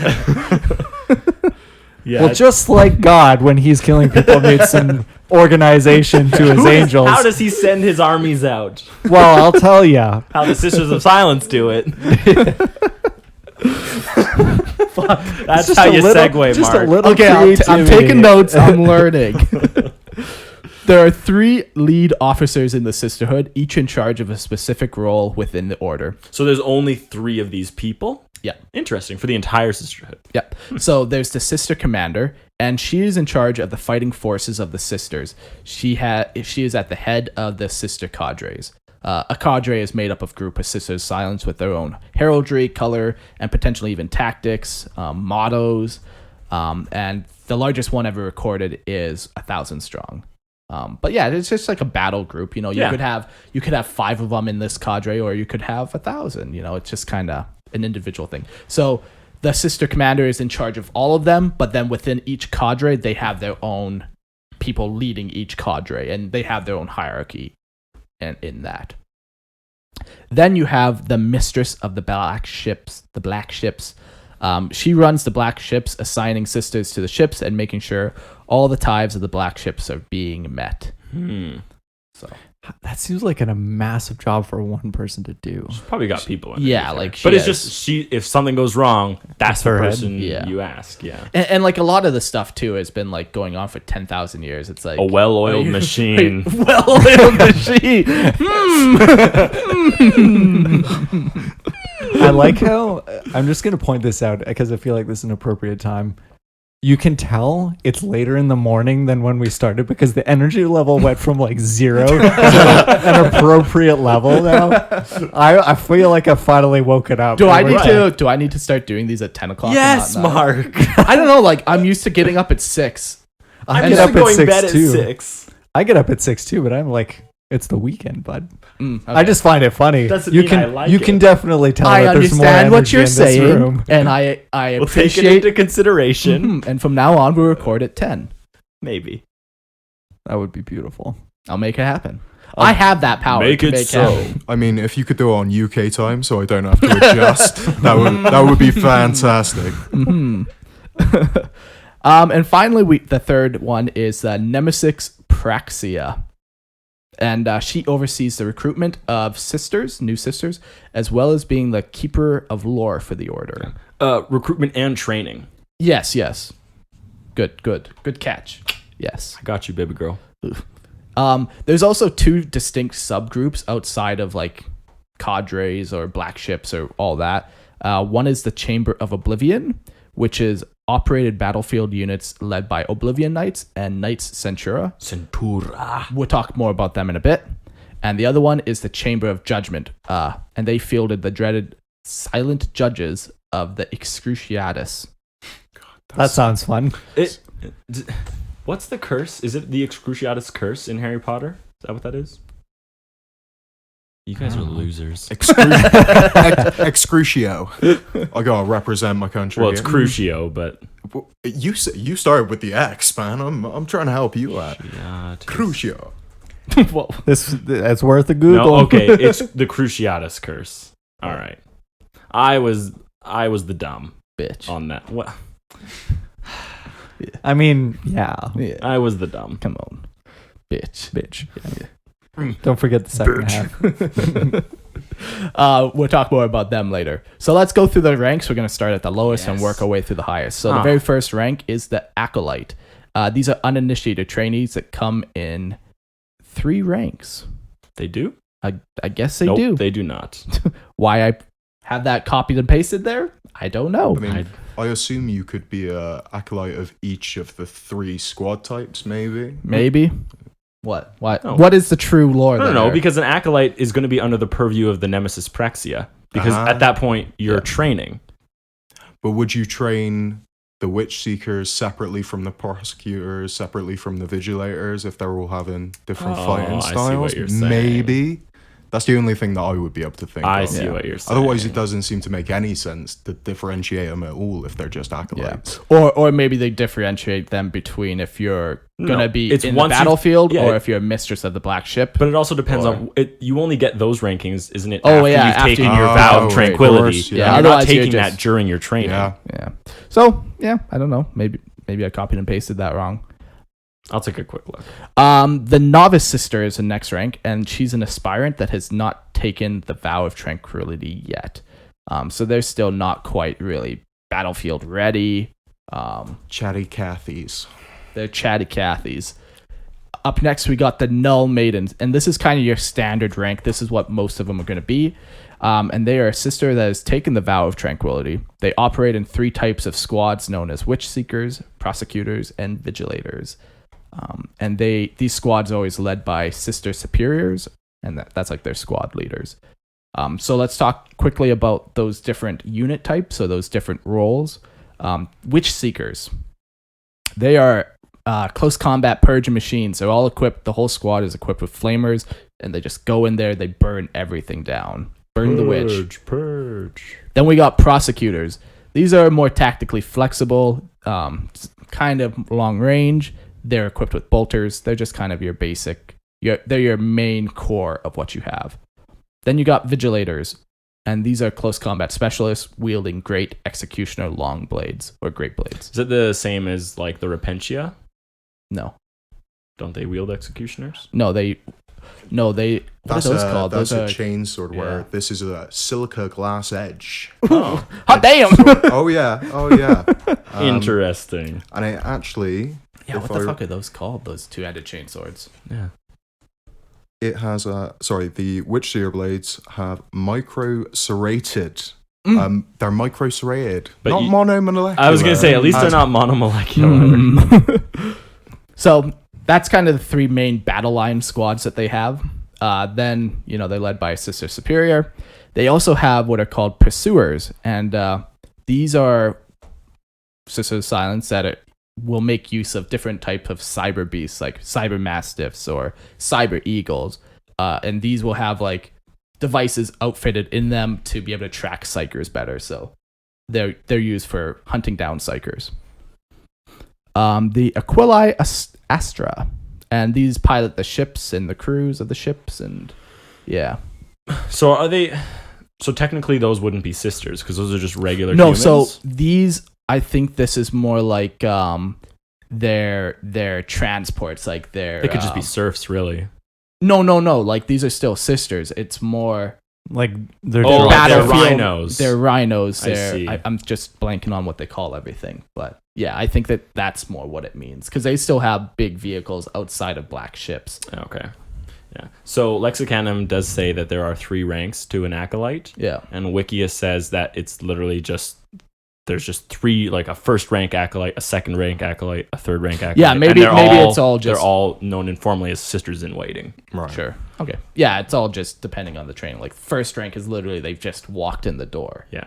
And you've only been beaten once. It's all about the beatings. Yeah. Mm-hmm. Then you have Oblivion Knights, and these were in that Chamber of Oblivion. So these are high-ranking sisters who've led Witch Seekers on their missions. These are blanks that have developed their null abilities to the point of making any use of psychic powers in their presence hazardous to the user. These warriors are not tasked with overseeing the black ships, but rather to seek out and destroy powerful psychers. All right. So first of all, interesting to note that you can grow your null ability. Yep. And you can affect to make it more powerful. There's even examples of being able to suppress your null ability. Yeah. So it's interesting to know that it's kind of a controllable thing, provided you have the ability or the will or training, whatever, to do that. Yeah. The other interesting thing in there is these ones operate very differently, where they actually make it dangerous for psychers to use powers. So, they try to summon a lightning bolt, but it just explodes their hand. It's a backfire. Yeah, exactly. Because most of the time, you just can't You're trying to reach for it, but you can't find it. There's nothing there, but this time it's a danger to you. Yeah. Then we have the Knight Centura. These are the most experienced veteran Oblivion Knights who serve as battlefield commanders for the Sisterhood. So, yeah.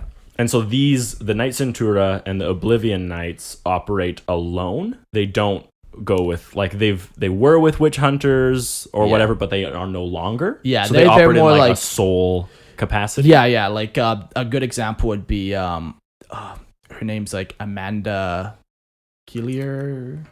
Oh, she's in the Horus Heresy, but Euphrates? No. Amanda something, I'm pretty sure. But she goes out on like individual missions by herself because she's super good. Well, with Gulliman at the moment, there's a Obsidian Knight called Ashavoy who travels around with him and another custody, and they're kind of like with him on most of his demonic missions. And Amandera. Yeah. Kendall. Yeah, Kendall. She was actually the first one to declare. She was the first one to declare Exterminatus. Yeah. And she was Malcador's Agentia Tertius. Oh, of course. But so like, and yes, she was an Oblivion Knight. Yeah, so they kind of go out and do their own things way more specifically. And then the Knight Centura, the other part, the more veteran of them, will actually end up leading cadres of Sisters of Silence. Knight Abyssal, the higher rank, commands multiple squads of Sisters of Silence. So yeah, just another rank. The Excruciatus. These ones are pretty cool. Yeah. Hunters, investigators, and secret police of the Silent Sisterhood. They deal primarily with those who seek to shelter and harbor psychers. Tisk, tisk, tisk. That's like a interesting, like, you sit down in the interrogation room, Sister of Silence comes in, just looks at you. Because you can't talk. You can't talk. I didn't understand what was happening there. I was waiting for the punchline. Yeah. The punchline was just you staring at me. Two of them come in, they're doing the good cop, bad cop. One of them's just smiling. The other one's like, no. Slamming their fist on the table. Just bitch slaps you, but you don't know why. Oh my god. That's good. That's really good. So the lower rank of Excruciatus are known as Questora. What questions they're asking, I don't know.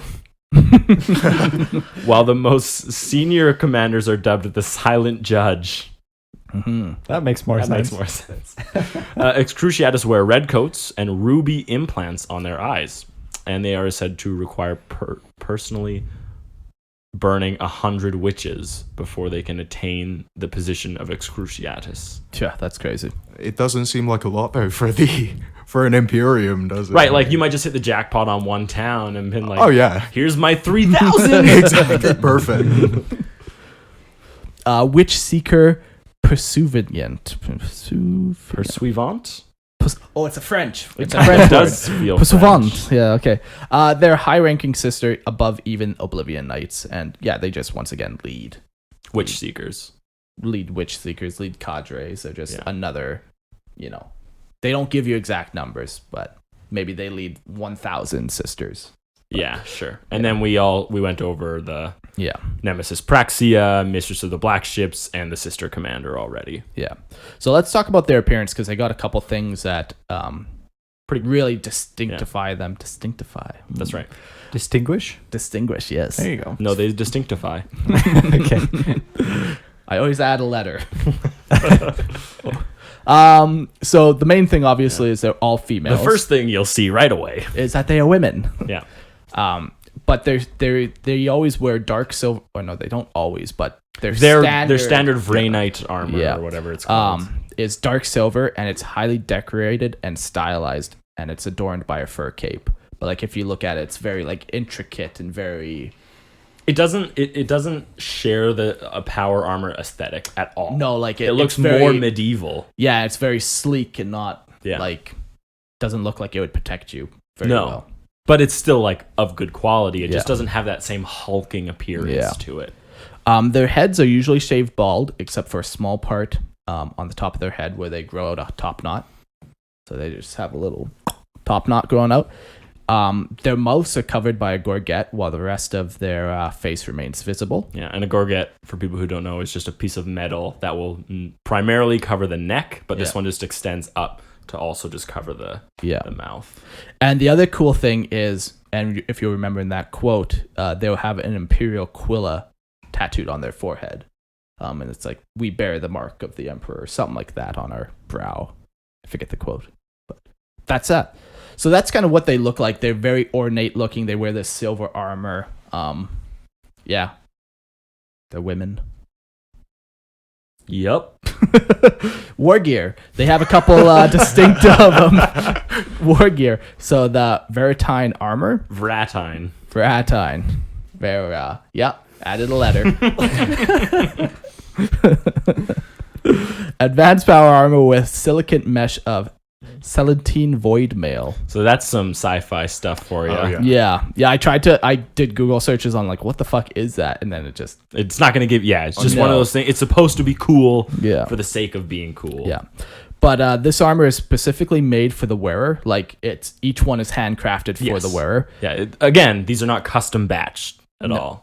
Or sorry, they are not batch produced like warriors. Yeah. Everything is custom. And they're allowed peak movement because everything is perfectly fitted, and it also provides enough protection. Well, the only downside is that it's not environmentally sealed and it isn't meant for long-term operations. This is what really convinced me that they are not like made for war. Yeah, and they're not. That's not their role. Yeah. Like, I know, but this is what was final. This was the final nail in the coffin. Was just like they cannot operate in the same conditions that an army can ever. Yeah. So. Yeah. It's not environmentally sealed. That's wild. To like, especially because the number of planets you're going to and fighting on, like, how do you not just have the ability to be like, hey, the air is just like it's gonna affect you badly, so just seal yourself off. I can't because I'm a sister of silence. Yeah, that's ridiculous. Can you put a helmet on? No, the gorget gets in the way. Yeah, exactly. The top knot, the gorget. Yes, I'm into fashion. Look it up, sweetie. Yeah, but no, that is a good point. Like that's not their role. Yeah. They're not frontline warriors. They're trained well enough and equipped well enough and armed well enough to deal for their specific purpose. Exactly. They will wield executioner greatswords, which, as Matt was saying, was a micro-serrated two-handed power sword that's perfecally balanced and weighted. Perfectly balanced. As all things should be. Flamers, you know them, you love them. Bolters, you know them, you love them. Psych-out grenades, they're pretty wild. Grenades that when they explode, they release dust particles which are heavily impregnated with negative psychic energy. Impregnated? They've been impregnated. Why? Like infused, melded with? No. Combined? No, because now you're thinking of someone having sex with a grenade. Psychically charged. I'll tell you the second part of this, and then you'll realize why it's impregnated. So, this form of energy is extremely rare. In all human space, it can be obtained only as a byproduct of the emperor's metabolism, but it's devastating to psychers to come into contact with. So that's how they impregnate the part. Maybe that's how the emperor killed Horus finally. So how do you think they actually recreate these? Like the emperor's still a creature. Like, so what? They're like they shave off like a bit of his flesh. No. Like, even if you're just sitting here, I have moisture on me. Like, Not really, but you could collect it. So They just, who uses psych grenades? They rub these rags on them Yeah. to clean them, and the rags are yeah. impregnated So with. Sisters of Impregnated, Silence. yes. Okay. Sisters of Silence use these. Some Inquisitors will. Some Inquisitors. Calidus Assassins. Okay. Um, Grey Knights. Nope. Yes, they do. Oh, Grey Knights. Yeah, sorry, I thought you meant Custodes. My bad. Yeah, it sounds similar. So that's I that's just had- a lot of grenades that we need to supply for the galaxy. Well, when they clip his toenails. I'm curious. Like, yeah, like Hair Emperor's a follicle. sweaty dude. Well, he is just that little weird man. Like, constantly things are just falling off of him, like skin flakes. Like, oh yeah, that's good fun. Yeah, take Yeah. that. Put it in a psych out grenade. these grenades are useless against anyone that's not a psyker. Yeah, it's just dust yeah, for anyone so- else. See, I did hear on a private, I can't remember where it came from, but that it was ground up blanks as well. Interesting. But I don't remember where I got that from. That might not be That makes canon. more sense. Yeah. I enjoy that one more. Yeah, ground in up. all It things. seems quite grimdark that you're like throwing your comrades, your ground up comrades. Seems at yeah. So bad. So hold on. Rogue Trader, that's like the old game, right? yeah. So that's when that story, the Ember's metabolism idea, was introduced in Rogue Trader, which was 1987. A very different setting than the one we are Yes. currently I in. Yeah, I'd prefer it if they changed that as soon as possible. Yeah, it like you said, it's a lot of grenades. Lots of people use Well, because them. Psy Cannon is apparently, and like Psy Bolts are the same effect. And Yeah. so now you have 2 more ammunitions you need to create Yeah. with this And that's thing. that's not even a grenade. That's a bullet. It's a bullet. Yeah. These are, like, there's Gatling Psy Cannons. Yeah. Yeah, it's a little extreme for sure. Okay. Interesting. I'll retcon my notes. It's not, no, the notes are correct. Mm. It just, Games Workshop needs to update that. Okay, I'll petition Games Workshop. Thank you. What do you want me to do? I want you to write Games Workshop. The GW marketing team. God damn the marketing team. Guys, when I go back home, I'm gonna march into that front That's right. office. And First of all, psycho grenades. You listen to me. what is this bullshit right here? Sir, what are your credentials? I've been on Lorehammer. First of all, fuck you. So that's kind of their primary like war gear. They have vehicles too. They have grav rhinos, which It's kind of interesting. It's like, cool. in the same way that Custodes specifically use the Grav, so do the Sisters. yeah, but more commonly, or at least during 30k times when they had more resources, they would use the Charon. That is Grav. Yeah, it is. Oh, I see but what it's you're very saying. different. Yeah. More commonly, they would use the Charon pattern acquisitioner, and it's a highly specialized grav tank that can transport a squad of sisters. Yeah. If you look at it, it's a very unique looking ship. Is it pretty ornate? No, it looks like nothing else in 40k, and I like it because of that, because it just fits kind of what it's supposed to do. Yeah, Mark showed me a picture yesterday, and I said the doors look like the entrance to like an Iron Maiden torture device. Is Really? Oh, super dark. Yeah. Yeah. They are heavily warded to not only keep the blank powers inside, but to also, to allow for a stealthy approach, but they're also resistant to psychers attacking them. Pretty cool. does look so different. It's Oh, like yeah. nothing else in the entire range. That's awesome. Yeah, it's very cool. But yeah, like it's made to be able to stealthily approach psychers. You know what it makes me think of? The Star Wars transports for the battle droids. Like the regular, it's those hovers that just. I think he just ruined the image of what was cool. Star Wars What? is cool. Whoop, whoop, whoop, whoop. Star Wars is cool. Wow. Yeah, I thought the Roger. sound effects was my thing. Sorry. Oh no, that's trash. Get that out of here.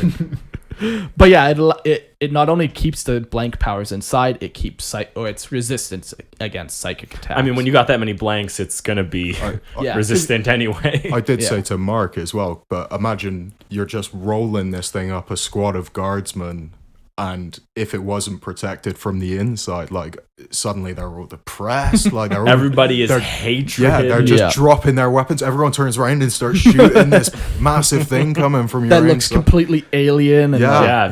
It's very unique. Yeah. It is It's cool. very model. cool. Very cool model.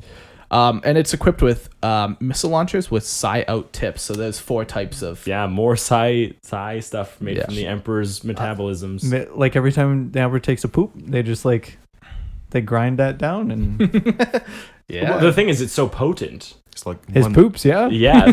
one grain of poop just Yeah, all does you a whole need, batch. you only need a couple molecules off that poop for a grenade. I mean, yeah, it's so powerful. Which custodies like drew that job? I mean, it's in their name. They are the custodians. It's true, yeah. Oh, They're cleaning up the poop of the emperor. Even before he was on the throne. They're taking out his bedpan. Give him a wipe every now and again. Oh, well, that wipe is worth a lot of side. I mean, bullets save right there. those. Save those. I don't like this. It's canon. It's canon. It's canon. I can't fight it. These are also equipped with like autocannons to deal with like if they do come across like, you know, they're going into some town to acquire a psyker. There's a bunch of civilians there too. They'll mow down the civilians if it's an uprising with the autocannons. Well, because you're going to take them away probably to kill them, and people just you're this invading force really is what you'd be seen like, so that people might resist. Yeah, got to be able to deal with the humans' resistance. They also will make use of jet bikes, kind of your standard 30k Imperial jet bikes.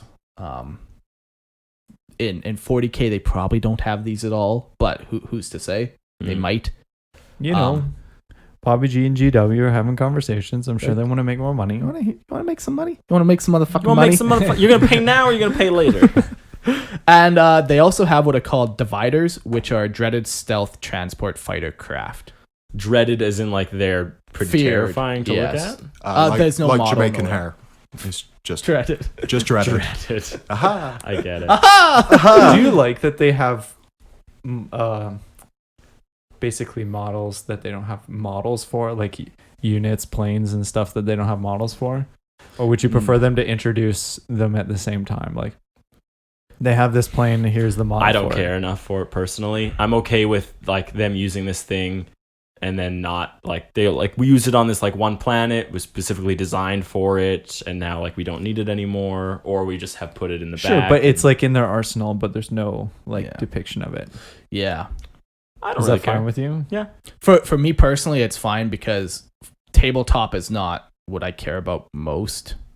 To me, I like the lore the most. So if you only kept what you can keep on tabletop, there goes so much of the lore. Sure. Okay. So, fair enough. But it would be sweet, obviously. Like, yeah, I would love a model for that. Especially if it was done in the same feeling as the Charon pattern acquisitioner. Well, it even kind of makes sense in the lore because the Sisters of Silence, like, is all through Imperial classification and stuff, and they just wouldn't want to tell anyone anything about this kind of. These are kind of the elite of the elite, the ultimate weapon against chaos, really. And it kind of is weird to think about that and then to see all the Custodes stuff we have out and realize like... But it's like we were saying before, I suppose they're the kind of face. Sure, they are. They're that they kind would of, be. that forefront, but yeah. Like in a perfect world, I'd love models for everything. I'd love models for... every single Xenos we've ever all talked 150 about. Xenos. I'd love that, but... like James, how do you feel about it? How do you feel about it? I was just curious what you guys would think about it. What do you think about it? I don't care too much. Like, obviously they can't make everything, or else the universe would be very small. It'd be only what they can make models for. So I was just curious if that was like, I want this model out. I do. was just curious if it did. Yeah.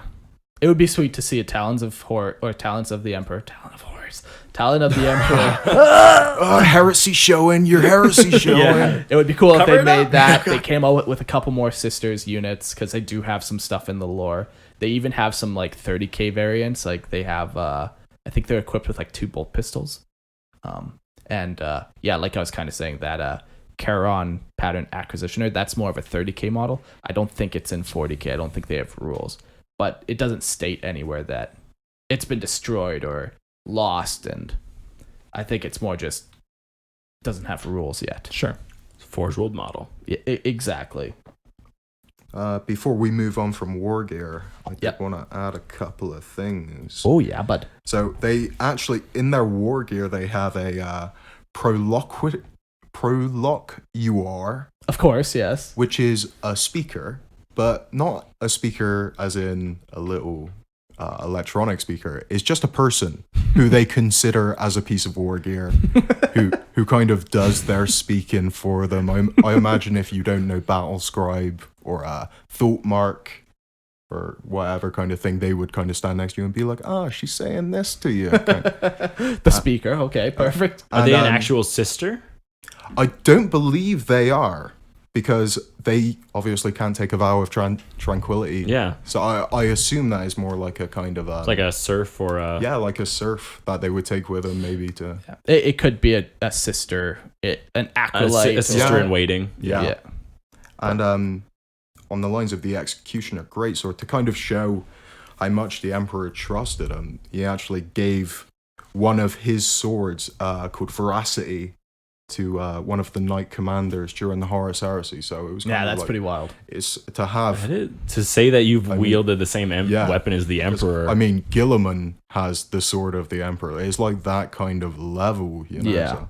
Yeah, I wonder if... like in 40k, that would be a relic. Like, I wonder if that is still around in their armory. It doesn't say whether it was passed on. It just says that it was given to one. Could have been lost to the ages, but that's very cool. Yeah. So that's kind of a very good understanding of the Sisters of Silence. There's a couple of small points. The Sisters of Silence and the Sisters of Battle are in no way related whatsoever. There's no connection between the two. Sometimes people confuse them or think that the Sisters of Silence were the precursors to the Sisters of Battle. They're in no way related whatsoever. They're completely distinct. Often they don't actually get along at all. Women never do. I mean, you've got... And then you have blank women, and then they're already like, oh, fuck. She's already pissing me off. She hasn't even said anything. Yeah. But, I mean, with Saint Celestine flying around and... this kind of the faith in the emperor's divinity, which all goes through the warp and kind of stuff like that. I mean, it's obviously not the Sisters of Silence bag, really. Although there is one interesting thing that you just reminded me of, where the Sisters of Battle believe in the divinity. The Sisters of Silence also believe the emperor is a god too. Where like when you talk about the custodes, they do not think that. Yeah. But in 30k, there's a couple stories where you can slowly see the transition that they're taking with the Sisters of Silence from like the typical mindset to where Amidala Neal or Amandera. Yeah, she starts to kind of go down the path of taking the belief that the emperor is actually a god and stuff. So, which is interesting because, like we were saying earlier, where you can kind of see through. I would have expected the opposite. Yeah, where they kind of see him as a great leader, but not everyone has seen him. True. So, like, how many of them have actually seen it? So. But yeah, I guess because even though they have access to the Imperial Palace, only the Custodes have access to the throne room. Yeah. So they might not let any of the... No, they definitely would not. The sisters in. But yeah, and definitely not all of them. No. Maybe one or two, but...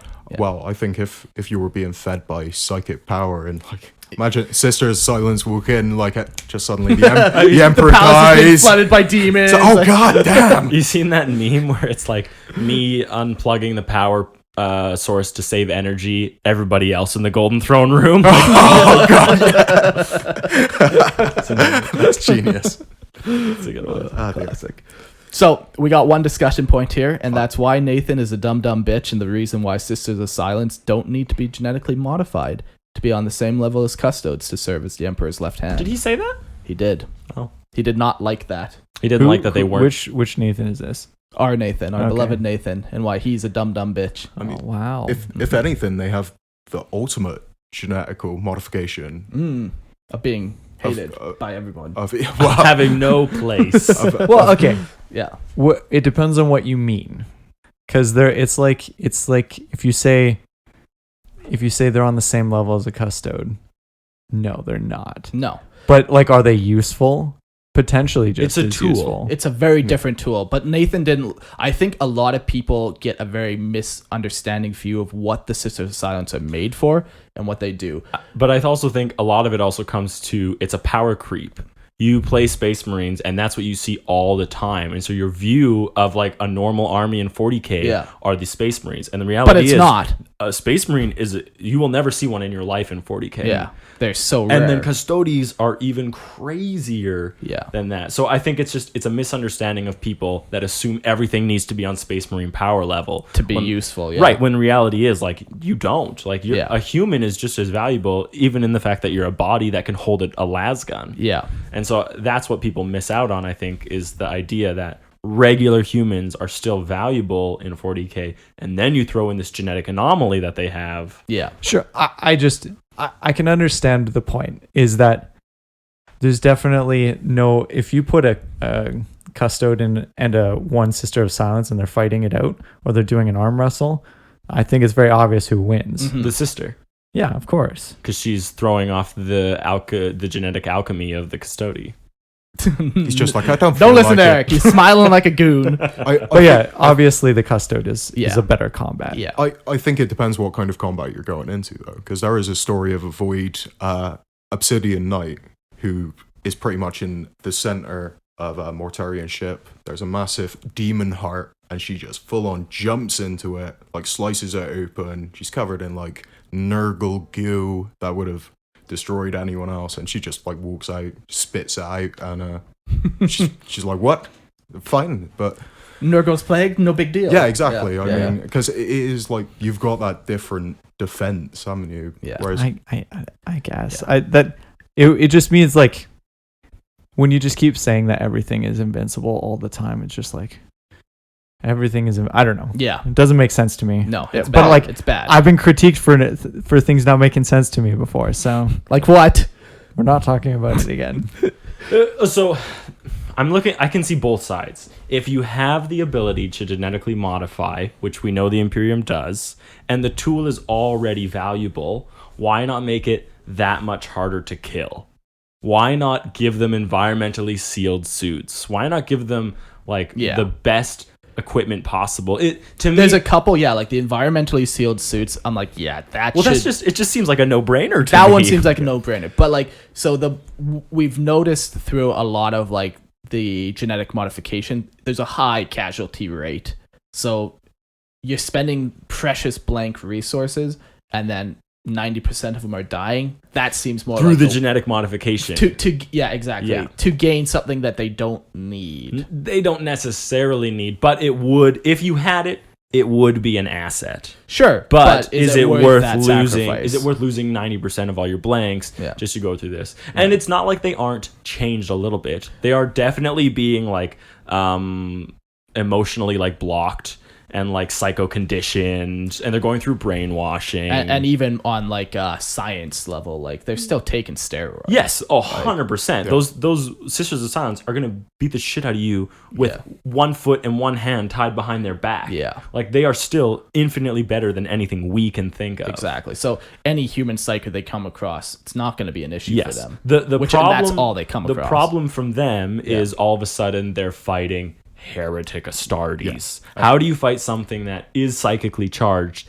and is physically dominating? And that's why they work in groups with other things, and that's why they will not ever function as a standing army in and of themselves. Yeah, that's the thing. A las gun brain to the head will still take their head off. I mean, they're not wearing a helmet. Yeah, like, it's wild. Yeah, like I get part of it that it's a sweet aesthetic. It's like it's thrown back into tradition and sacredness, and no one understands why. It's just something they do because it's what they've always done. But you think someone, and I love the fact that it doesn't change. Yeah, because it's 40K. So wild. Yeah, that's part of what I like about 40K. Like, if you wanted to make the argument that they're in a very, very narrow situation, a Sister of Silence is better than a custode, like the most narrow, very narrow. I'll agree. A specific tool for a specific job, and that's the scalpel. I think that's the problem. When they put them onto tabletop, it was like these guys can take on everything, whereas in the lore, it's like you said earlier, they wouldn't really be fighting the Tau. They wouldn't really be fighting. Yeah, they would be a kill team sent in to specifically take out a psyker, a demon. Sure. I hope they don't give the Sisters of Silence enough of an armory, ever, to be fielded as a full army. Yeah, like if they took it to the level where custodes are at, I think that's too much. I'd be but a little if they gave them that disappointed. divider, That'd be You- cool to me. You Maybe just one. give them something to use as like an extension of your army in the same way that you can take a single detachment of assassins. Yeah. Give someone make like a detachment of Sisters of Silence. And I also would have preferred if they had done the same thing to Custodes personally, but also the Custodes models are sweet and awesome. Yeah. So. I got one other kind of thought here on the topic of blanks. So there are no blank custodes. There's been no example of blank space marines. And it was kind of just the reasoning behind that when I was doing my research was, what's happening over there? We're joining our bodies Into one. That's right. It's just like you were saying, Eric, is with that like with custodes they're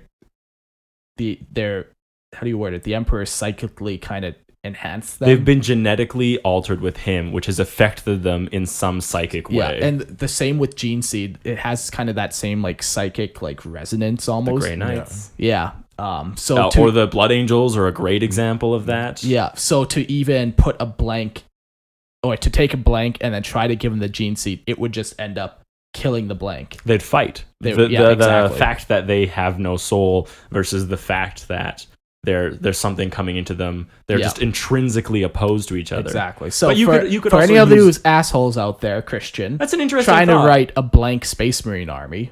Is that legit what he's doing? He did at wants to, one yeah. point. Yeah. But then you have like the Exorcist. I know they're not blanks, but they're devoid of soul or warp present, aren't they? But No, I know they're it goes very through- different. They It goes through a The different. Exorcists possess themselves. yeah. So Yeah, then they but- then beat it, and then that's how they have mastery through the warp. Okay, so it's not they've that they don't possessed have- themselves, and through no means other than their own sheer fucking will, they've been Right. able to exorcise a demon. And the fact that they For sure. reportedly have Grey Knight gene seed. At the age of Oh, 13. sure, Well, that's the Emperor's gene seed. sure. That's not their own will. They have the Emperor's gene seed. It's an instant win, but not really. But regardless, it's not yes. like there's a bunch of people around them praying and Yes, banishing. correct. Like, they do it. Of They their have own to accord. banish it Yeah. themselves. So it's a little different type of So, mastery. Okay. I don't like that. I don't like a lot of things. Yeah, you don't like a lot of things.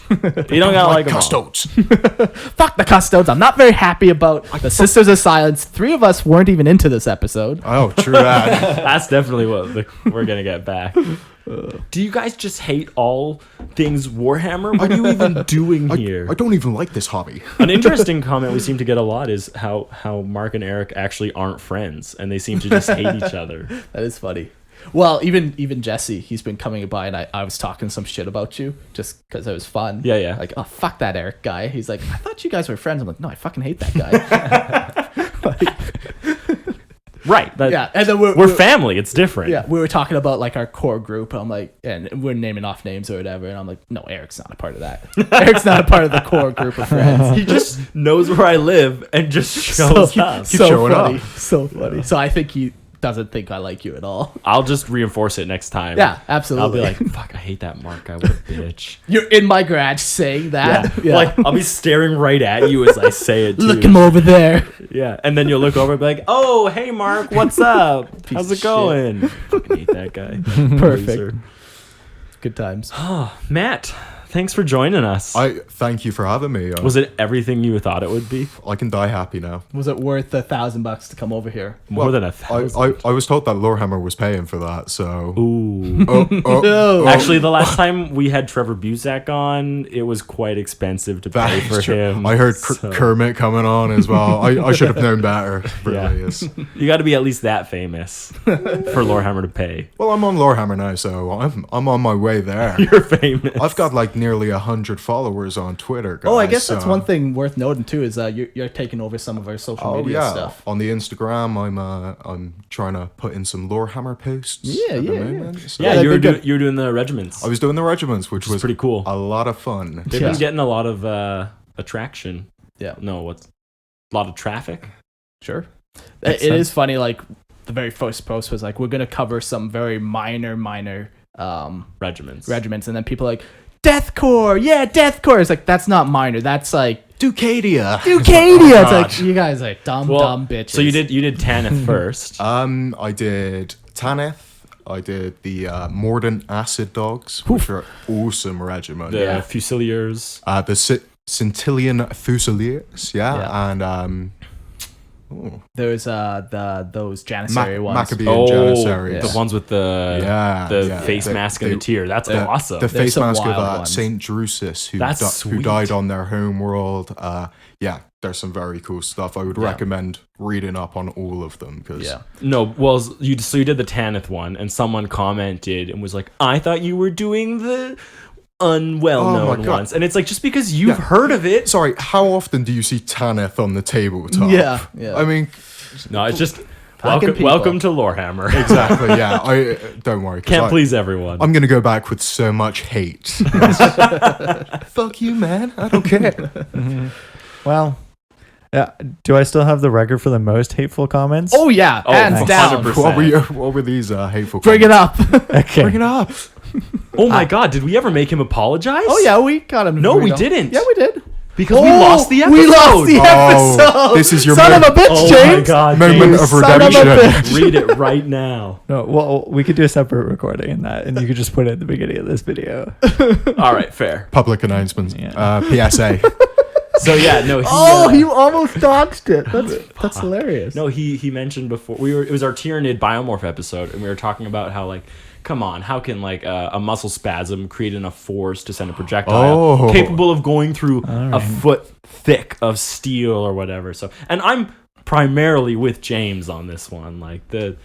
You want to sign up for that? No, God, we're opening up all the hate comments again. Fuck. The fastest object, one of the fastest objects, is actually a spore that comes off of horse shit. Okay, this is legit science. Write this down, James. Okay. The spore at the top, underneath is like a liquid ball, and it fills up with so much pressure that it ejects the spore out, and that is one of the quickest things that we can measure by science. Sure. I whatever. ejaculated 30 miles an hour. Here's the problem about all that stuff. The scale is so much less. What's the mass? What's the mass of a spore? Exactly. Versus what's the mass of a projectile? I've already learned my lesson. Right, you know the war is always correct. Okay. I want to get back into this. I want to start open up a can of worms. I've learned my lesson. I've gotten the hate. I've been beaten down. My self-esteem is gone. I retract my statement. No. Holy smokes. Okay, well that's the episode for today. Thanks for listening. Thank you for showing up, guys. Check out all our stuff. Instagram, we got Facebook, Patreon, Facebook. Check out Warhammer combat cards. Oh yeah, check out Redbubble. Check out Redbubble. Buy some of our stuff. Buy a shirt you're gonna wear once to send us a photo of. That'd be okay. Yeah. Wouldn't be bad. You don't have to wear pants. Eric will look at them anyway. Yeah. Even if you put your feet in the shirt and have the feet out the arm I will sleeves. enjoy it just as much. Actually, just feet. Just feet's fine. No shirt. Yeah. So on second thought, just send feet. There is one guy, I gotta remember to do this, but he's like, I want a Lorehammer shirt of our Facebook's main page where it's like me, you, and Jordan. Yeah. He wants a shirt of that. That's weird. So- Oh my lord. I don't know how to feel. I gotta do a Redbubble shirt of that now, so Interesting. yeah. So that will be out there if you I also hope- want I to hope- wear 3 men's shirts. So or who's in face. the middle? Is Jordan in the middle? Yeah. So it's me on the left side and you on the right side. Yeah. So then it's like our faces would be right over his nipples. And he's just rubbing the nipples. No, he cuts out the nipple faces, so it's just we got just nipple cuts heads. out the mouth, so your nipples poking out. Just the nip. Oh god. He's just I love So- Warhammer. Yeah, check us out on all that stuff. Send us a message, Oh, whatever. boy. Fuck it. You know what to do. you know the drill. Yeah. Hit that smash that like and subscribe button. Fuck. Give us a 5-star review. All right. See you guys.